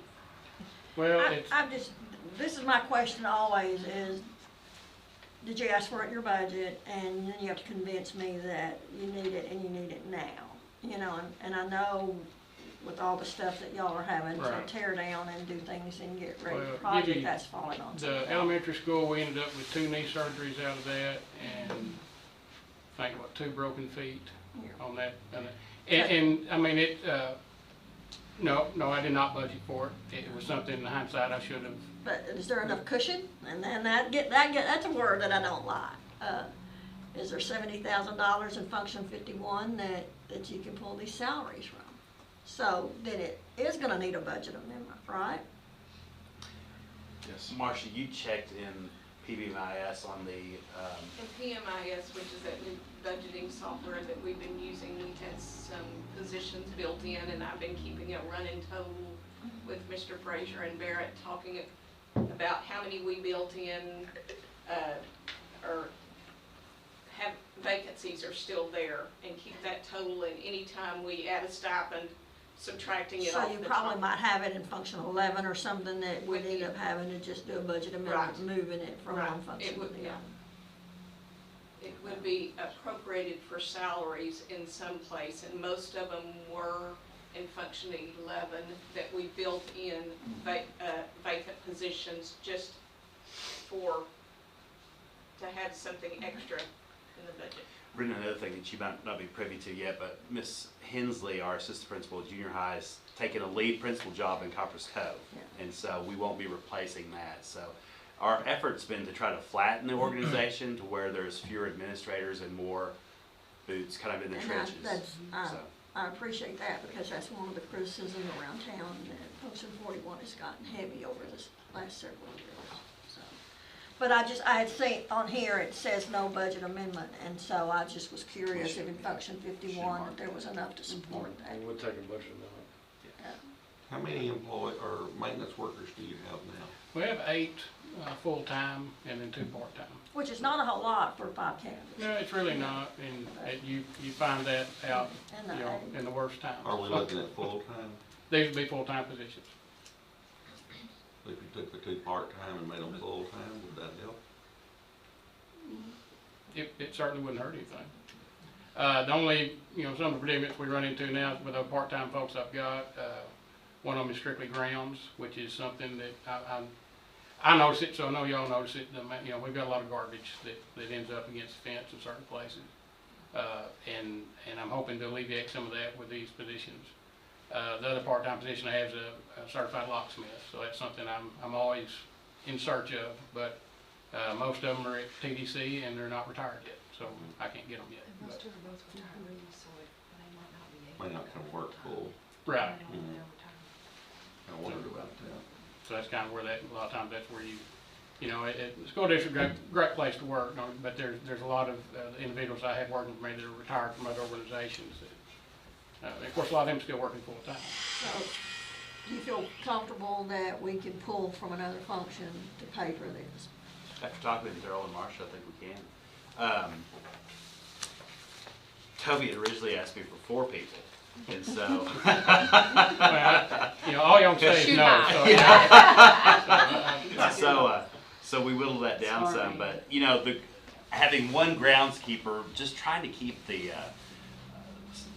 grounds weed eated and trimmed, in addition to the mowing, and plus then the specialty people to do really some of the more tedious work. It seems like that he does need it. You get into somebody that needs to be an electrician, you know. Right, and I've got some real skilled, you know, individuals that, you know, we can send them to work on a piece of kitchen equipment that, and you can get anybody to work on anything. I can call Hobart, they can come out and work on stuff. They charge $175 an hour, but yeah, they'll come and work on anything we got. But I've got somebody that can do about the same thing for a whole lot less money. And I'm not arguing that No. you don't need the help, I'm just What is the We have money. normal process of hiring personnel? Is that something that's done, it's put in the budget and the budget's approved and people get hired? I mean, you obviously needed these people in August just as bad as you needed them now and through the Right. summer and, that's always, I always, I mean, I'm we just, need to have a process and we need to Right. follow it. You know, and then at the end of the year, we come up screaming, or I come up screaming, I say, hey, you know, you're taking a bunch of money out of the fund balance, you're not putting any money back in it. Well, these days, there's not gonna be a fund balance. We can't operate like that. But when you have somebody leaving who makes more than what you're asking, you can kind of move it around and work it that way. You got somebody leaving? The principal. Oh, I understand that. Yeah. We're not gonna replace it, we're gonna save that Right. money. But that's kinda like doing away with 3 or 4 positions and hiring 5 police officers. You really, you know, I mean, we haven't saved any money. But it's just the process, to me, is what we need to get back to budgeting items and going through that instead of shuffling money. doing them in the middle of the year. Well, I think. And I'm not saying that you don't need No. to, I promise. No, there's a lot, I mean, I'd like to do, I've done some research and I've kind of hit a standstill on some of it, got occupied with other things, but I was kind of looking at other districts, what they have.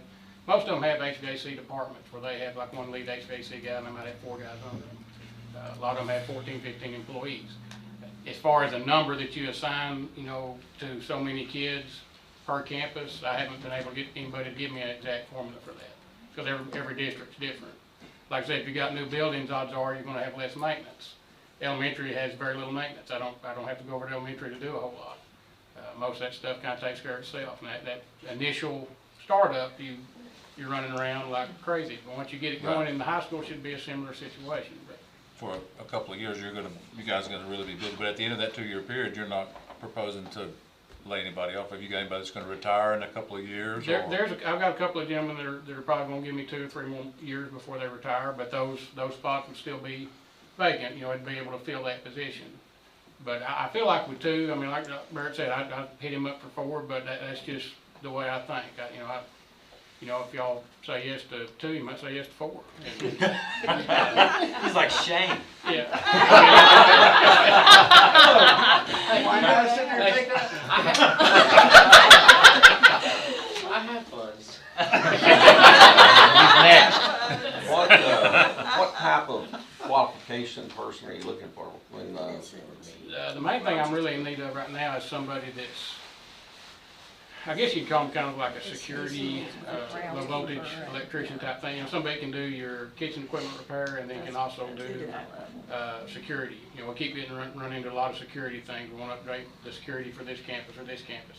All that stuff anymore involves, networking, skills and things like that, because everything anymore runs to the internet. I mean, all your door locks, your panic devices over at the elementary school, they're all controlled by a mouse click. You know, I can set the time they open, the time they close. But having somebody that can troubleshoot that, it's kind of a skilled, you have to be able to pursue that. So that, I mean, one of these individuals would definitely be in that category, is what I try to find. So he's not gonna pick up trash? No, sir, wouldn't have him picking up trash. Now that being said, it does, when it comes time to do stuff and the grass starts growing and everything, I've got everybody I got's out there on the weed eater and the lawnmower, and we're all picking up trash. It's not a, you know, well, you do that thing, you don't really do anything else. But now if something comes up on, you know, chapter. How about that trash pickup? That could be the punishment phase in those kids. Yeah.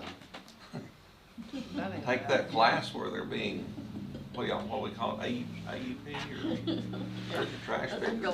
I'm gonna keep my mouth shut on that. I'm not. I got on the back. Mason, what do you think? Sure. I am definitely with Dr. Pollard on that. If we can not have to hire for it, only two, and save money that way, I think it would be Makes better to sense. save two. Daryl, you wanted to add something? You know what I'm gonna ask? Is this gonna solve our freezer cooler problems? Yes, sir. Because we are fighting big time. Keeping our coolers and our freezers going. They keep going out. And we lose food.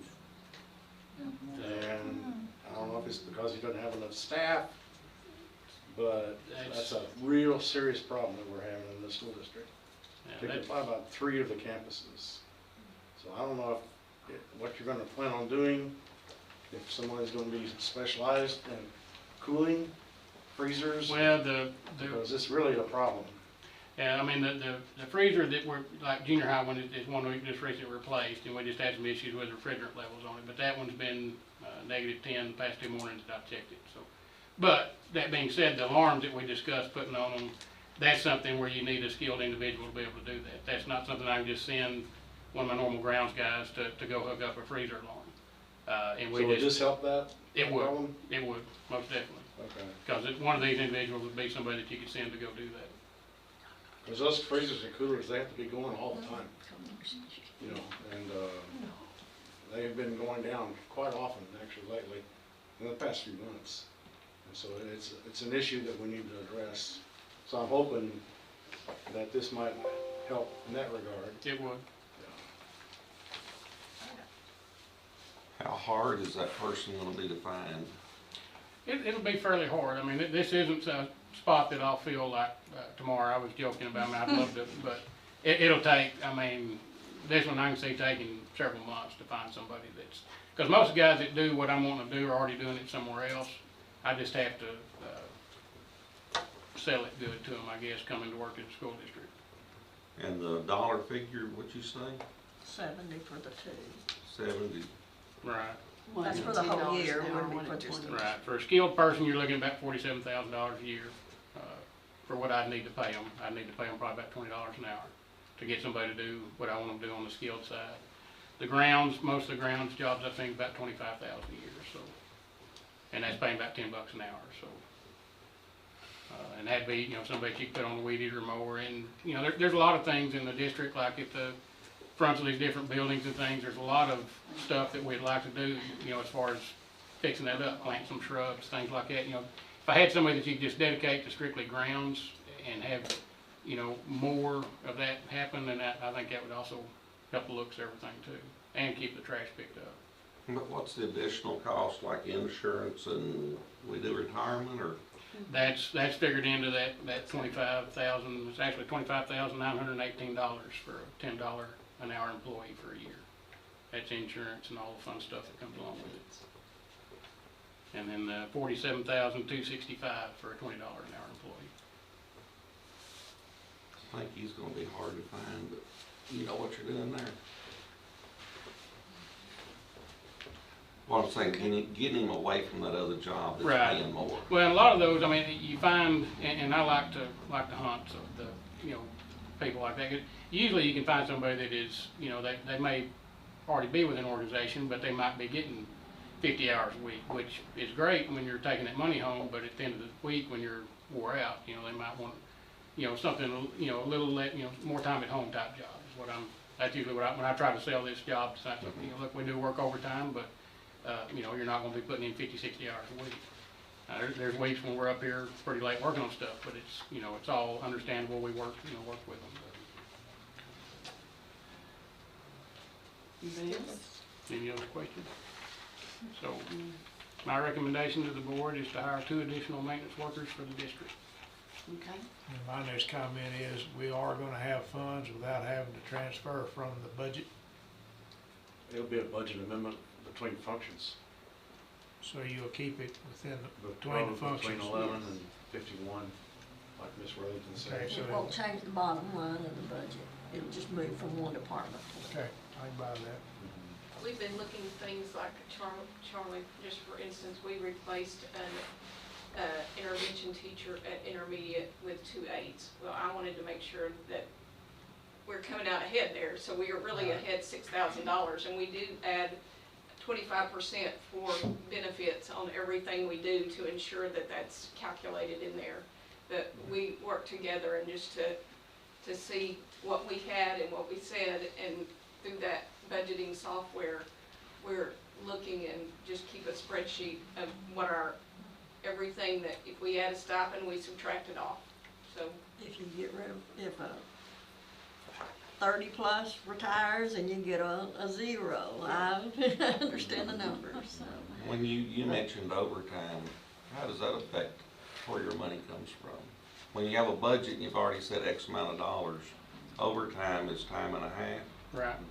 How does that affect you and your? Are you gonna reduce overtime as a result of this? It should. It should really, right, Okay. yeah, it really should, So but that would offset some of it. But he also mentioned that we might be working overtime. I'm just Right. curious as to where the money comes from. When you have to pay overtime, do you have to go to a different But fund? we budgeted an estimate of overtime. Okay, you allow for that. They have built in there some overtime. Okay. Okay, heard the recommendation, is there a motion? Cheyenne, second? I'll second. Any more questions? Okay, all those in favor, raise your hand. All those opposed? Anybody? Okay, We motion beat that horse carries. in the ground, didn't we? It's not 4, but it's 2. That's not really beating, that's questions. Those are I questions. would like to that see need it be get back asked. to Oh, there these comes another one. proper levels. thank y'all very much, I appreciate it. You're welcome. Thank you for all you do. Y'all do have a hard-working crew, Thank you. you really do. And it'll be a fun year and a half, huh? It will, that's what I keep telling everybody, it's gonna be fun. Yeah. So, how you looking? Yep. Mr. Webb, CTE class sizes? All right, so now this next I was one, probably afraid. this next one is not this was on behalf of a request from a board member, so. Me. That's right. But we talked about where this money comes from. Okay. If we're gonna have these numbers, can I talk yet or Yeah. not? If we're gonna have these numbers, kids equal money. And more kids you have, the harder it is for a teacher to control the class. I was looking at some of those numbers. There's a lot of kids, a lot of 25, 26 numbers in there. And, I don't know, I didn't look, I think the welding numbers were down a little bit, more manageable. But as we went on that tour and everything, y'all saw all those booths. You've got other kids that aren't being watched when that man's teaching somebody how to weld. What you'll have is, these numbers fluctuate from year to year. One program may be up one year, may be down, it just goes from year to year. And when you have kids that are taking classes, just about every single elective we have in high school now is a CTE class. And so, there's really not any other options that for a kid to go from. So, when you're looking at funds, it's based off what level they're at. And so you want a kid to be able to start at level 1 and you want them to be able to finish at a level 4. And so when they start changing from this pathway to this pathway to this pathway, they're not really gaining anything out of that. And so you know, I know you guys have the class size numbers there, but, you know, just, I know at our last meeting, we talked about, discussion of CT class sizes and some recommendations for some additional support. And, you know, you can look down there and kind of see where some of those are. And I think probably the concern is probably more in the shop classes like welding, auto tech, building trades, you know, maybe even culinary. You know, and so, you know, they vary from class to class, you know, from anywhere from 14 to 25 kids. Some of those classes are maybe an entry-level class that may be only one class period, that, you know, they may be getting more classroom time than actually shop time. So we kind of come up with a couple different options. 2 forms of personnel support could possibly, you know, first would be an additional aide that would help out, that would be able to float between shop classes. We already have one CTEA that floats between building trades, auto tech, and welding right now. And you know, to help support those classrooms that have large numbers. And then the second could be in the form of maybe a program advisor. It'd be a professional position that can be hired to support that department specifically. You know, such as providing support for teachers with discipline, purchasing, partnerships with businesses, skills competitions, industry certifications, and many other things. You know, just kind of all things CTE. And you can see the cost there. Paraprofessionals typically cost us about $25,000, and professionals typically around $50,000. Does anybody So have what's any? your suggestion? Would you rather have the professional? Well, I guess you look at it 2 ways. You know, a paraprofessional, I think you would have to find the right person that is skilled. You know, sometimes, you know, just you have to find someone that's able to work with different groups, and be able to find someone that has the knowledge in those areas is kind of difficult. Lots of different areas.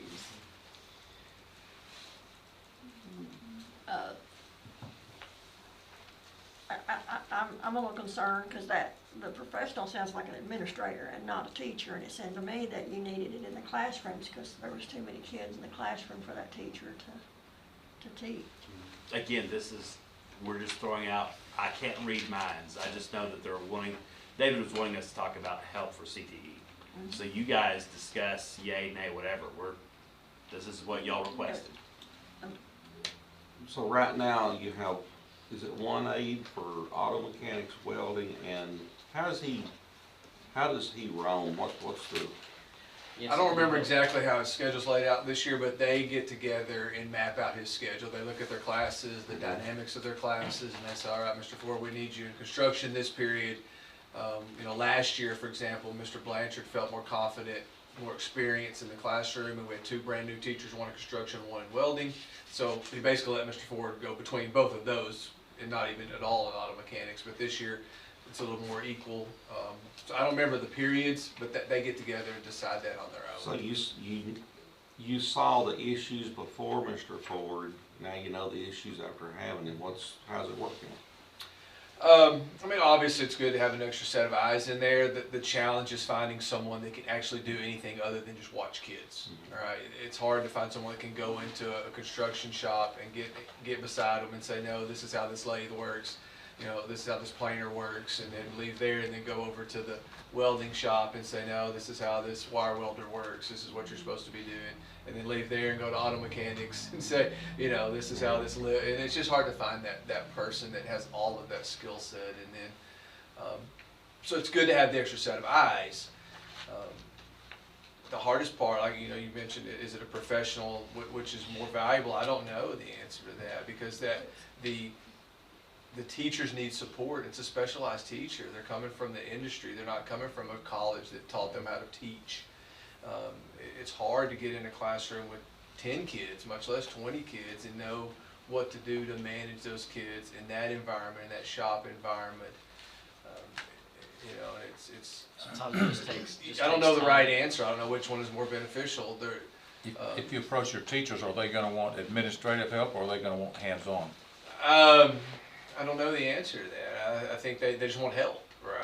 so. So they are They don't asking want, they for don't want a help. supervisor, right? They don't, but do they want a coach that's full-time to coach them, to help them? I don't know if that would be more beneficial to them than someone that's in there watching them. So we saw the setup in say auto mechanics.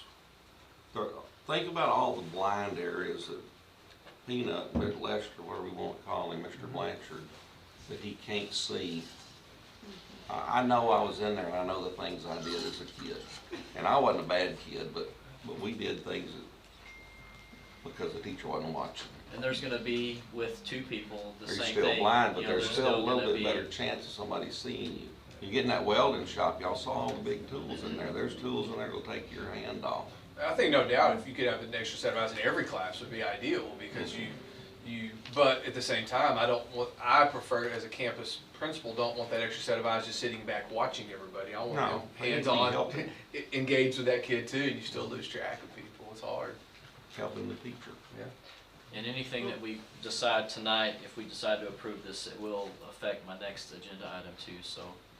I mean, So two questions. I'm just saying that it will affect the CTE budget, so, I mean, if we hire that person now. Two questions. Are these teachers crying out for help? I know every teacher needs help. I'm not trying to say that they don't. No one has I'm come just to saying me specifically and said, I could use an extra set of eyes, but I mean, I think they all. it's known they every, just do. I think that if you approach them, common for they people. would probably, I mean, anybody, I think anybody's gonna say yes. And is there a huge discipline issue in that area? Like, has that gotten worse with the classroom? I mean, is there something that? I didn't bring that data tonight just to see if there's more. You know what office I'm referrals. asking for though. Yeah, I'm just saying, like, is it I don't know out off of the control cuff if there's in there, more you know? office referrals than there were I last think year. so, but Possibly. okay. I mean, I'm not saying they don't need help by any means. I'm just And then, turned away at all.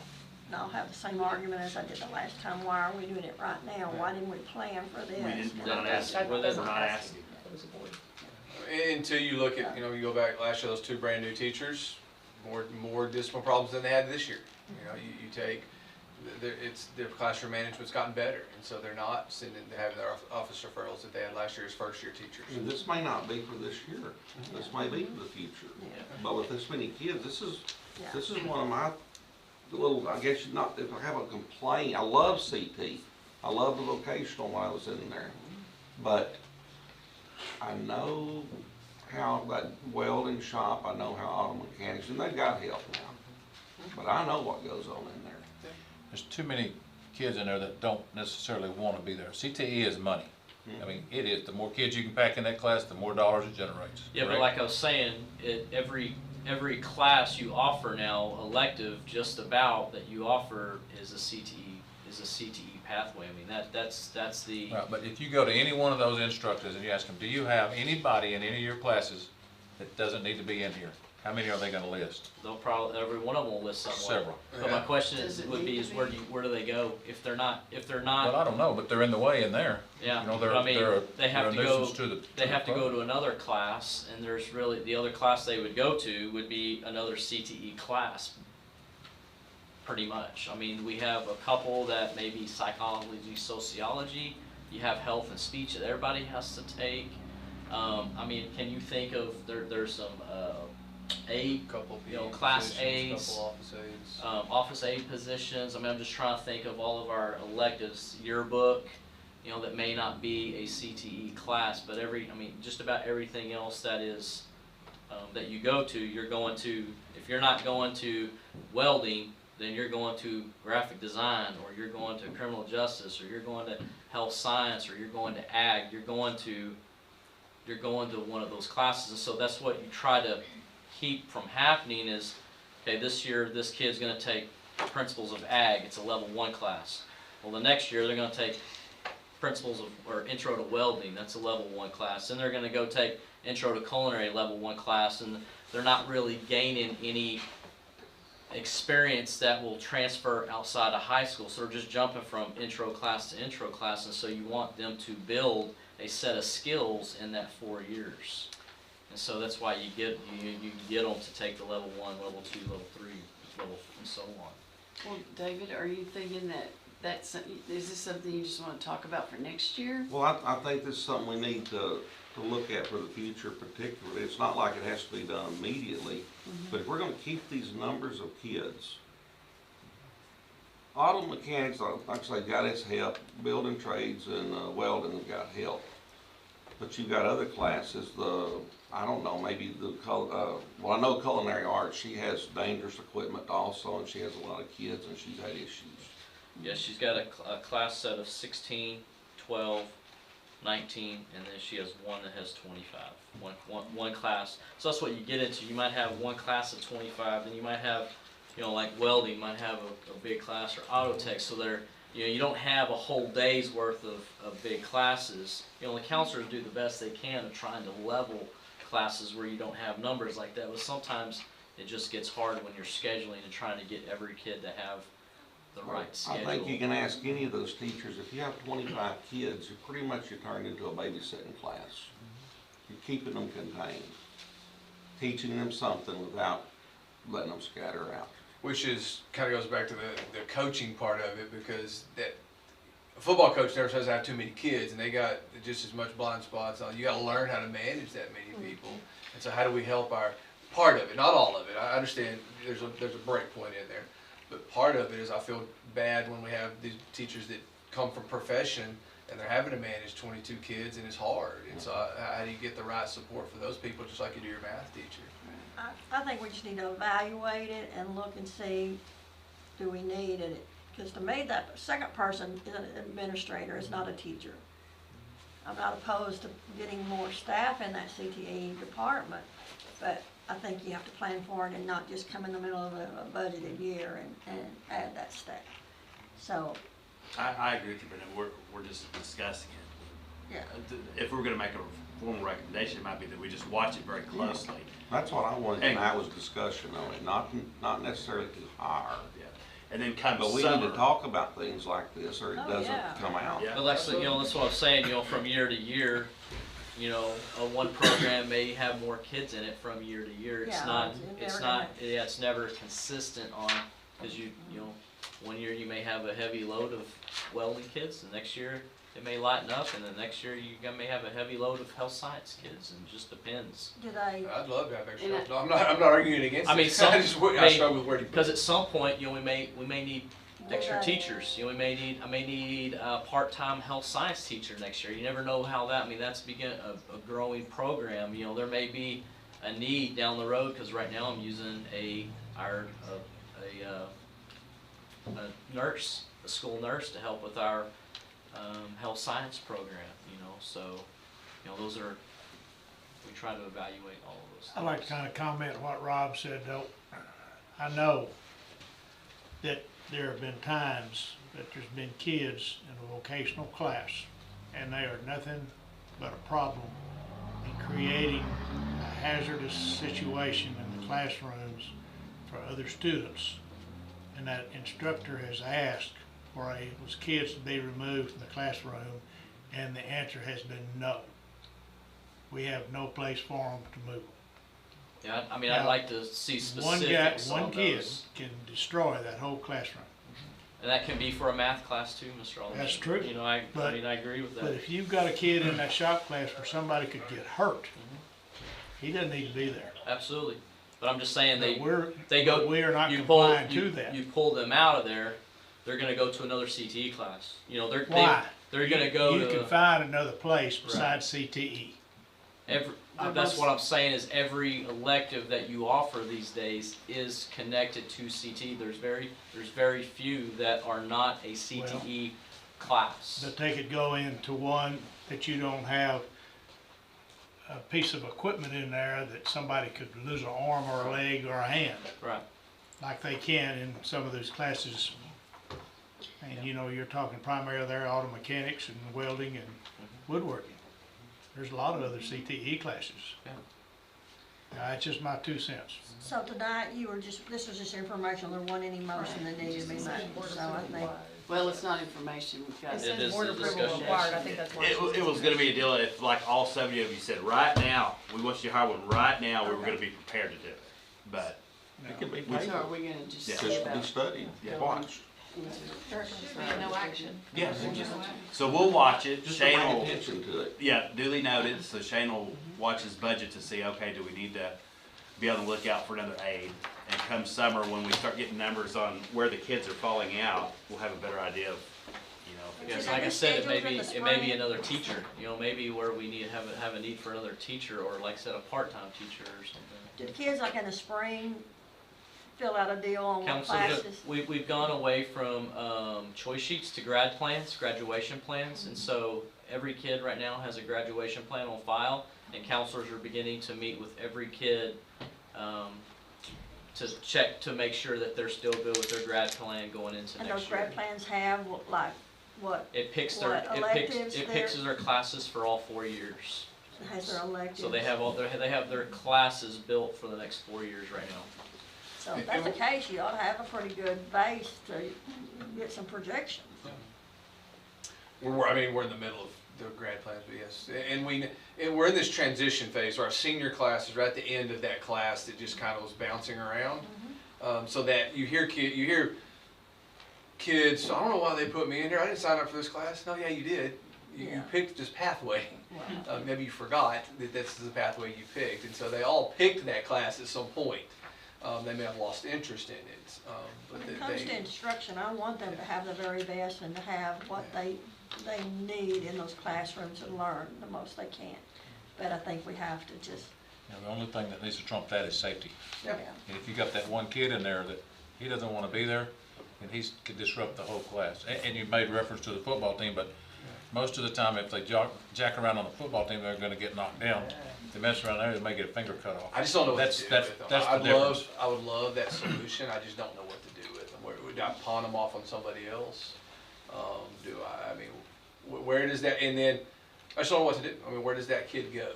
And how do we get that kid graduated? Because they have to meet certain requirements to graduate. Do we toss their endorsement out the window and say you don't earn an endorsement anymore and you're not going to graduate with an endorsement? I don't know what to do with them.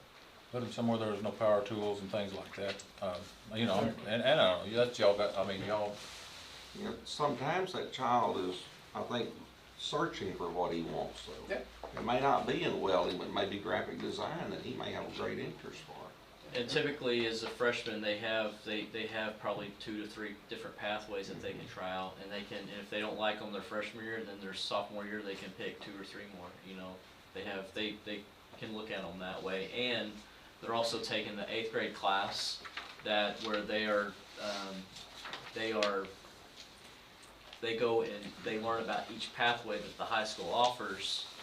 Teacher comes down, they go to the classroom or the shop, and then that's how they make their determinations going into high school by, you know, that class that they take in 8th grade. If you would bear in mind as you're thinking about adding this for next year possibly, what Nancy said about you don't want somebody just walking around. They have to know what they're supposed to be doing. They have to, if you're going to be in welding, when the teacher's going to have to work out something with that person to make sure that, you know, they have a job or they have a specific thing to do. They can't just walk around and sit in a chair and just watch, can they? And one of the things The instructor needs to show the help what they expect from them, what they want them to do. Don't you sit and watch this guy weld and this is the way you do it. One of the things we have to do is, it's very similar to the inclusion model in a math class. And that's a hard model. I taught under that model. And I was not a good inclusion lead teacher when I first, because I didn't get any training. They just said, here's an inclusion, hey, go to work. I didn't know what to do. And that's the, you know, the teacher's gonna have to be responsible for having that. We need some training on teaching them how to work together. And we have people in the district that can, it's not a paid training, we have people in the district who've done that model that can help with that process to teach them how to work together. Sounds like you wouldn't have to do that for adults, but you do, and I needed it when I was doing that. Mason, have any of your classes seem packed? When I was a freshman, I took woodshop, and it was a very full class. And I just decided after the end of my freshman year that woodshop was not my suit, so I went to engineering. And the only reason I'm not doing engineering this year is because schedule wouldn't work out.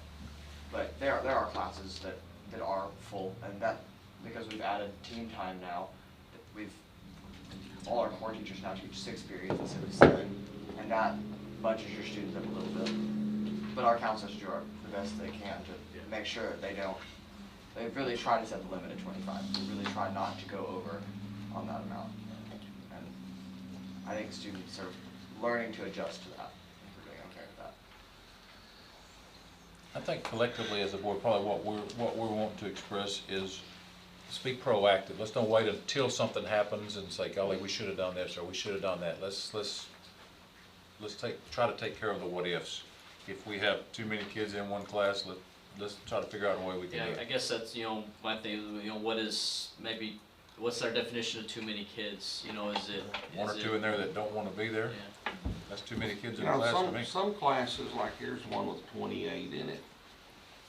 I'm not for sure what it's something PRI health science. That might be, that's a classroom. That's the health science class that the nurse goes into because CNA class? that's our CNA class that goes to Meadows. So they go in groups of 10 because all the Meadows can take is 10, and so they have an A, B, and a C day. This group goes on A day. One principal, ag, So they're not all there.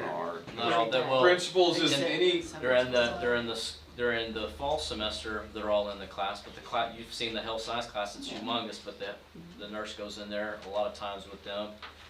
And 28. I mean, I know in your eyes 28 is big, but there's a lot of schools that have 28 kids. Well, I don't think it's big if it's a certain kind of class. It's like 29. I'm not for sure what that class is. The principal's classes are your freshman level, traditionally freshman level. Sometimes you'll have a sophomore in there. The introduction, the principles of ag is an introduction to ag, health science. So that's a classroom. It's mostly a classroom. They'll do some shop, but it's mostly classroom. Principles of health science is classroom work. Yes, those are mostly classroom classes. And I think these numbers were printed off of second semester before leveling, because we try not to even let those principals classes get over 25 if we can help it. They're like in welding. The intro welding has 18, and that's probably the beginning class. Is that intro? Yes. And you're saying that 28 number on the health science. That's why I'm saying next year they could be even bigger, and I may need to come back and say, hey, I need a half-time health science person. Someone that can handle the practicums or something like that. Anything else? Okay. Well, I didn't mean to open up a real bad can of worms and cause us sounded like an argument at times, but We'll just I don't talk think about it for anybody next here is year. not in agreement that we I want just what's saw in it. those I mean, classrooms. we'll always take the support.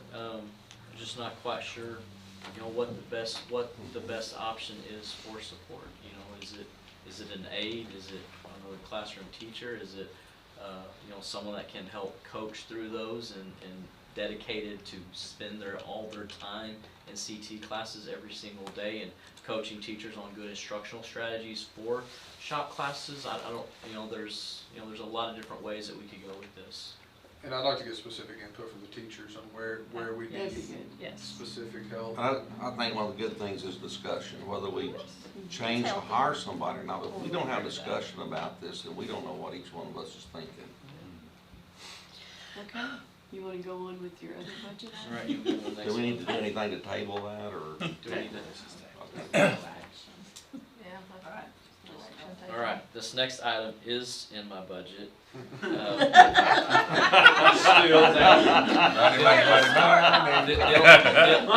what they say when they come in my door. They know now. I look up and I see The them. only problem is the greenhouse hit a little bit of this year's budget on me, so that's why I'm coming to want to do it in 2 phases. But I'm coming before board approval is because of the price. Looking at replacing the windows in the CTE facilities, and this is something Peanut has been asking me for a couple of years. It gets really hot when the sun is beating down in his shop on that glass, and last year we added heating and AC units in all the shop classes, and so those windows are single pane, not energy efficient. The metal framing is rusting out, and so they could really use some attention. And so we went through an RFP process on on companies, and we received 5 bids, and you have that, those bids there in your packet, from 5 different companies, and we went through the grading process, and we came back, and we would like to award the bid to Rocket Glass, you know, for a total of $67,515. The problem is we're probably looking at doing this in 2, possibly 3 phases, but 2 at a minimum. Half of it, about half of it, or 2/3 of it this year, and then the rest next year with next year's budget.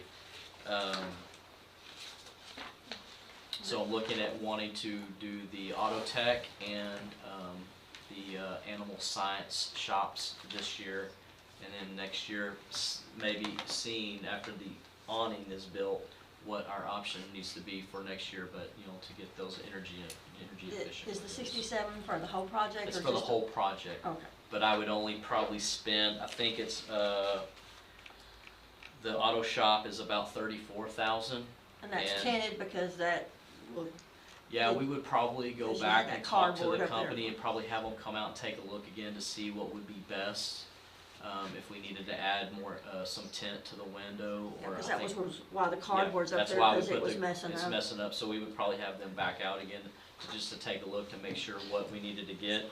And the animal science would be about, almost 10,000, so I'd be looking at spending about 45,000 this year. This year. Of that, and then the rest of it next year. And where did you say you were gonna get that money? It's coming from our 55%. You have it in of our- your I have it budget. in the budget. Going with double pane glass, triple, what kind of What glass is you put it? back? Double pane insulated, Yep, and you put a tent. with a It's 2 low E glass and you put a tent on that. low E insulated tempered safety glass windows with a 2-coat Kynar paint finish. It's the same specs as what the windows will be on the high school renovation. So what's your total cost? Total cost is $67,517.88. But again, like I said, because of budget, this year I'd be looking at spending about 45,000 on it this year, and the rest next year. Do you feel like that, let's see, let's just use the figure 87,000, that's from Waco. These are comparable products, correct? Yes, sir. Everybody bid apples, right? Okay. The only one that we had that one outlier there at 179,000. What did he bid? I don't know what he did. They had a representative show up, and when we read that number, he got up and walked out really quick. Swing batter, swing. I think he realized that he wasn't gonna get that one. Trying to hit that home run. So. Robinson, we've done a lot of work with Robinson. We've done a lot of work with Felton Glass. Those other guys are more constructionists, so that might be some of their markup on them. You know, I don't know. So we need to approve the whole 67, even though you're not gonna spend it, and some of it's gonna come out of your next year's budget? Is that what we need to do? Because when I you're guess- approving this, you're approving Well- it for the 67. Well, you're You Yeah. might wanna approving go ahead and lock the in the price RFP. on those windows even, is that an option? Yeah, we're gonna go ahead and award the RFP. I mean, Toby, you've taught, they're good with the way we're doing it, cause they've told us that they can't do the work till the summer anyways. I'm just trying to get it on the books and get it in my budget, go ahead and get the work scheduled. So It's you like were everything approving else, it's that gonna be. Yes, so I'm recommending that you guys approve the RFP submitted by Rocket Glass to replace the exterior windows in the CTE wing of the high school. I'll make that motion. Okay, Brenda, second. David? Any more questions? Okay, all those in favor, raise your hand. None opposed, okay, Thank motion you, guys. carries. How Thank easy you. that was? We're easy.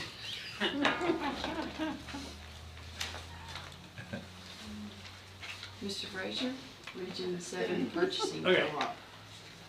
I need about $1,800.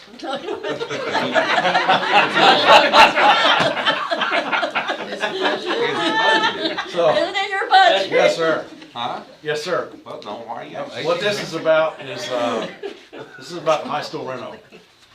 And it's about the soft cost portion of that, which is the other part from the 17.7 that Masonic we approved tonight, right?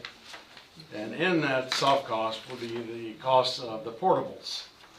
We moved 2 portables, and then we're going to be renting the rest of the portables. Some for 3 months, and then most of them for 18 months. So we got 3 quotes. We have not let out an RFP on this. We got 3 quotes on providing what we're going to need.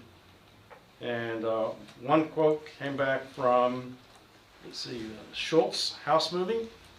And that's the outfit that just moved the 2 portables. It came in around $218, $219 was their quote. Second quote was Mobile Modular at $303.7, and then the third quote was Palomar at $434.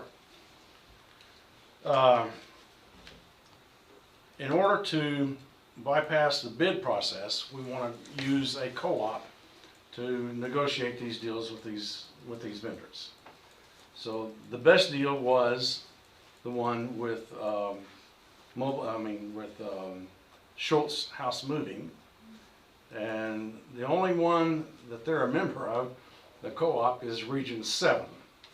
So we're a member of several co-ops. You know, there's the Buy Board, you're familiar with these. And in this case, this outfit has an agreement with Region 7, which is out of Kilgore. So to be able to do this transaction, we would need to join Region 7's purchasing cooperative, which involves passing this resolution that's on page 119 of your board book and signing on page 120 what they consider an interlocal agreement. And that permits you then to piggyback off to their purchasing co-op, and we don't have to go through the full bid process. But we did get quotes. It's almost like a bid. And but you can see that Schultz House Moving was considerably less. So you save at least you save about $100,000. Then it costs about $1,800 to join the co-op for 1 year. And this is for the purchase of the one item. Mm-hmm. So we don't have to join it next year, but we do have to do it in order to strike this deal with Schultz House Moving. But haven't they already moved something? Mm-hmm. So we really already have hired them. Schultz. Oh, sure, because they've already moved it. It's 2 separate, that we have a moving, what we own, which is done already. Oh, okay. This is These are renting. renting. This is the renting. Okay. Yeah. But you're right, but it's the same company, Okay. Schultz. Well, because you just said they had moved and so I got. They did, and they did a great job with that too, by the way. Should have picked up on that. All right. So we recommend that we join Region 7's cooperative, and that you pass this resolution as a board tonight to join that cooperative, and the cost is $1,800, and we'll execute the interlocal agreement. And this will be good for this school year. And if we don't join, we have to go through a bid process? If you don't join, then we'll have to go to a bid process. I'll make a Because motion. you know, the second one there, which is Mobile Modular, their rate is actually on buy board. So we could go with the $303,000 using buy board and bypass the bids. So but the question is, why would you want to spend $303 to do a buy board contract when for $1,800 you could do a $218 on a Region 7 cooperative, and then the other one's, you know, out of the ballpark, $434,000. I'll make the motion. So is there a Pass the motion? resolution as one. Brenda made the motion, I'll second. Charlie seconded. Any questions? All those in favor, raise your hand. Motion carries. We got some Mr. Frazier. things to sign. Okay. And now I the guess I stay up for the next day. 457B retirement plan Okay. compliance. All right, so, you know, we have a couple retirement plans. One's called the 457B, and another one's called the 403B. We have a few individuals that are on the 457. Most of our folks are on the 403B. Both plans are administered by the Omni Group, and the retirement plan itself is approved by the school board. So anytime we make any amendments to the plan, we bring it to you, the school board, and ask you to vote on those amendments by, in this case, we have a resolution and amendment in one document for both of them. You'll see on page 122, there's very few changes on the 457. And the reason for these changes is that the IRS has instituted some new regulations that requires these plans to be amended as of January 1, 2020. The first one here, the biggest thing has to do with emergency distributions from the plan. And we have to take that clause out to meet the IRS regulations. That same clause is over here in the 403B on the next one, but the 403B has a whole list of other things that we have to modify on the retirement plan to make it compliant with IRS regulations. So let's do the first one first. That's on page 121. This is the 457 plan. So I recommend that the board adopt this resolution and approve these amendments to the district's 457B retirement plan, effective January 1, 2020. Okay, you've heard the recommendation. Motion? Brenda? Second? Cheyenne? Any discussion? All those in favor, raise your hand. Any opposed? Okay, motion carries. Okay, Mr. Frazier, you want to go to the 403B? All right, the next one is on page 123. This is the 403B. And in addition to that hardship distribution restriction, this one's going to be dealing too with part-time employee eligibility. In the case of a 403B, if an individual who is part-time joins the 403B plan, that person cannot be exempted from the 403B plan in any later year. So that's the little change that they wanted placed on this. Plus there's some other things, you know, like the loans, the 6-month suspensions, new safe harbor. All of this again is to bring our retirement plan in compliance with IRS regulations. So my recommendation to the school board is that you approve this resolution and amendments to our 403 retirement plan effective January 1, 2020. You've heard that recommendation. Is there a motion? Cheyenne, second. Rob? Any questions? No cost to the district. No cost on those last two. All those in favor, All raise that, your hand. $1,800. None opposed. Okay. I'm cheap. We're gonna go into executive session, but before we do. We hit that right.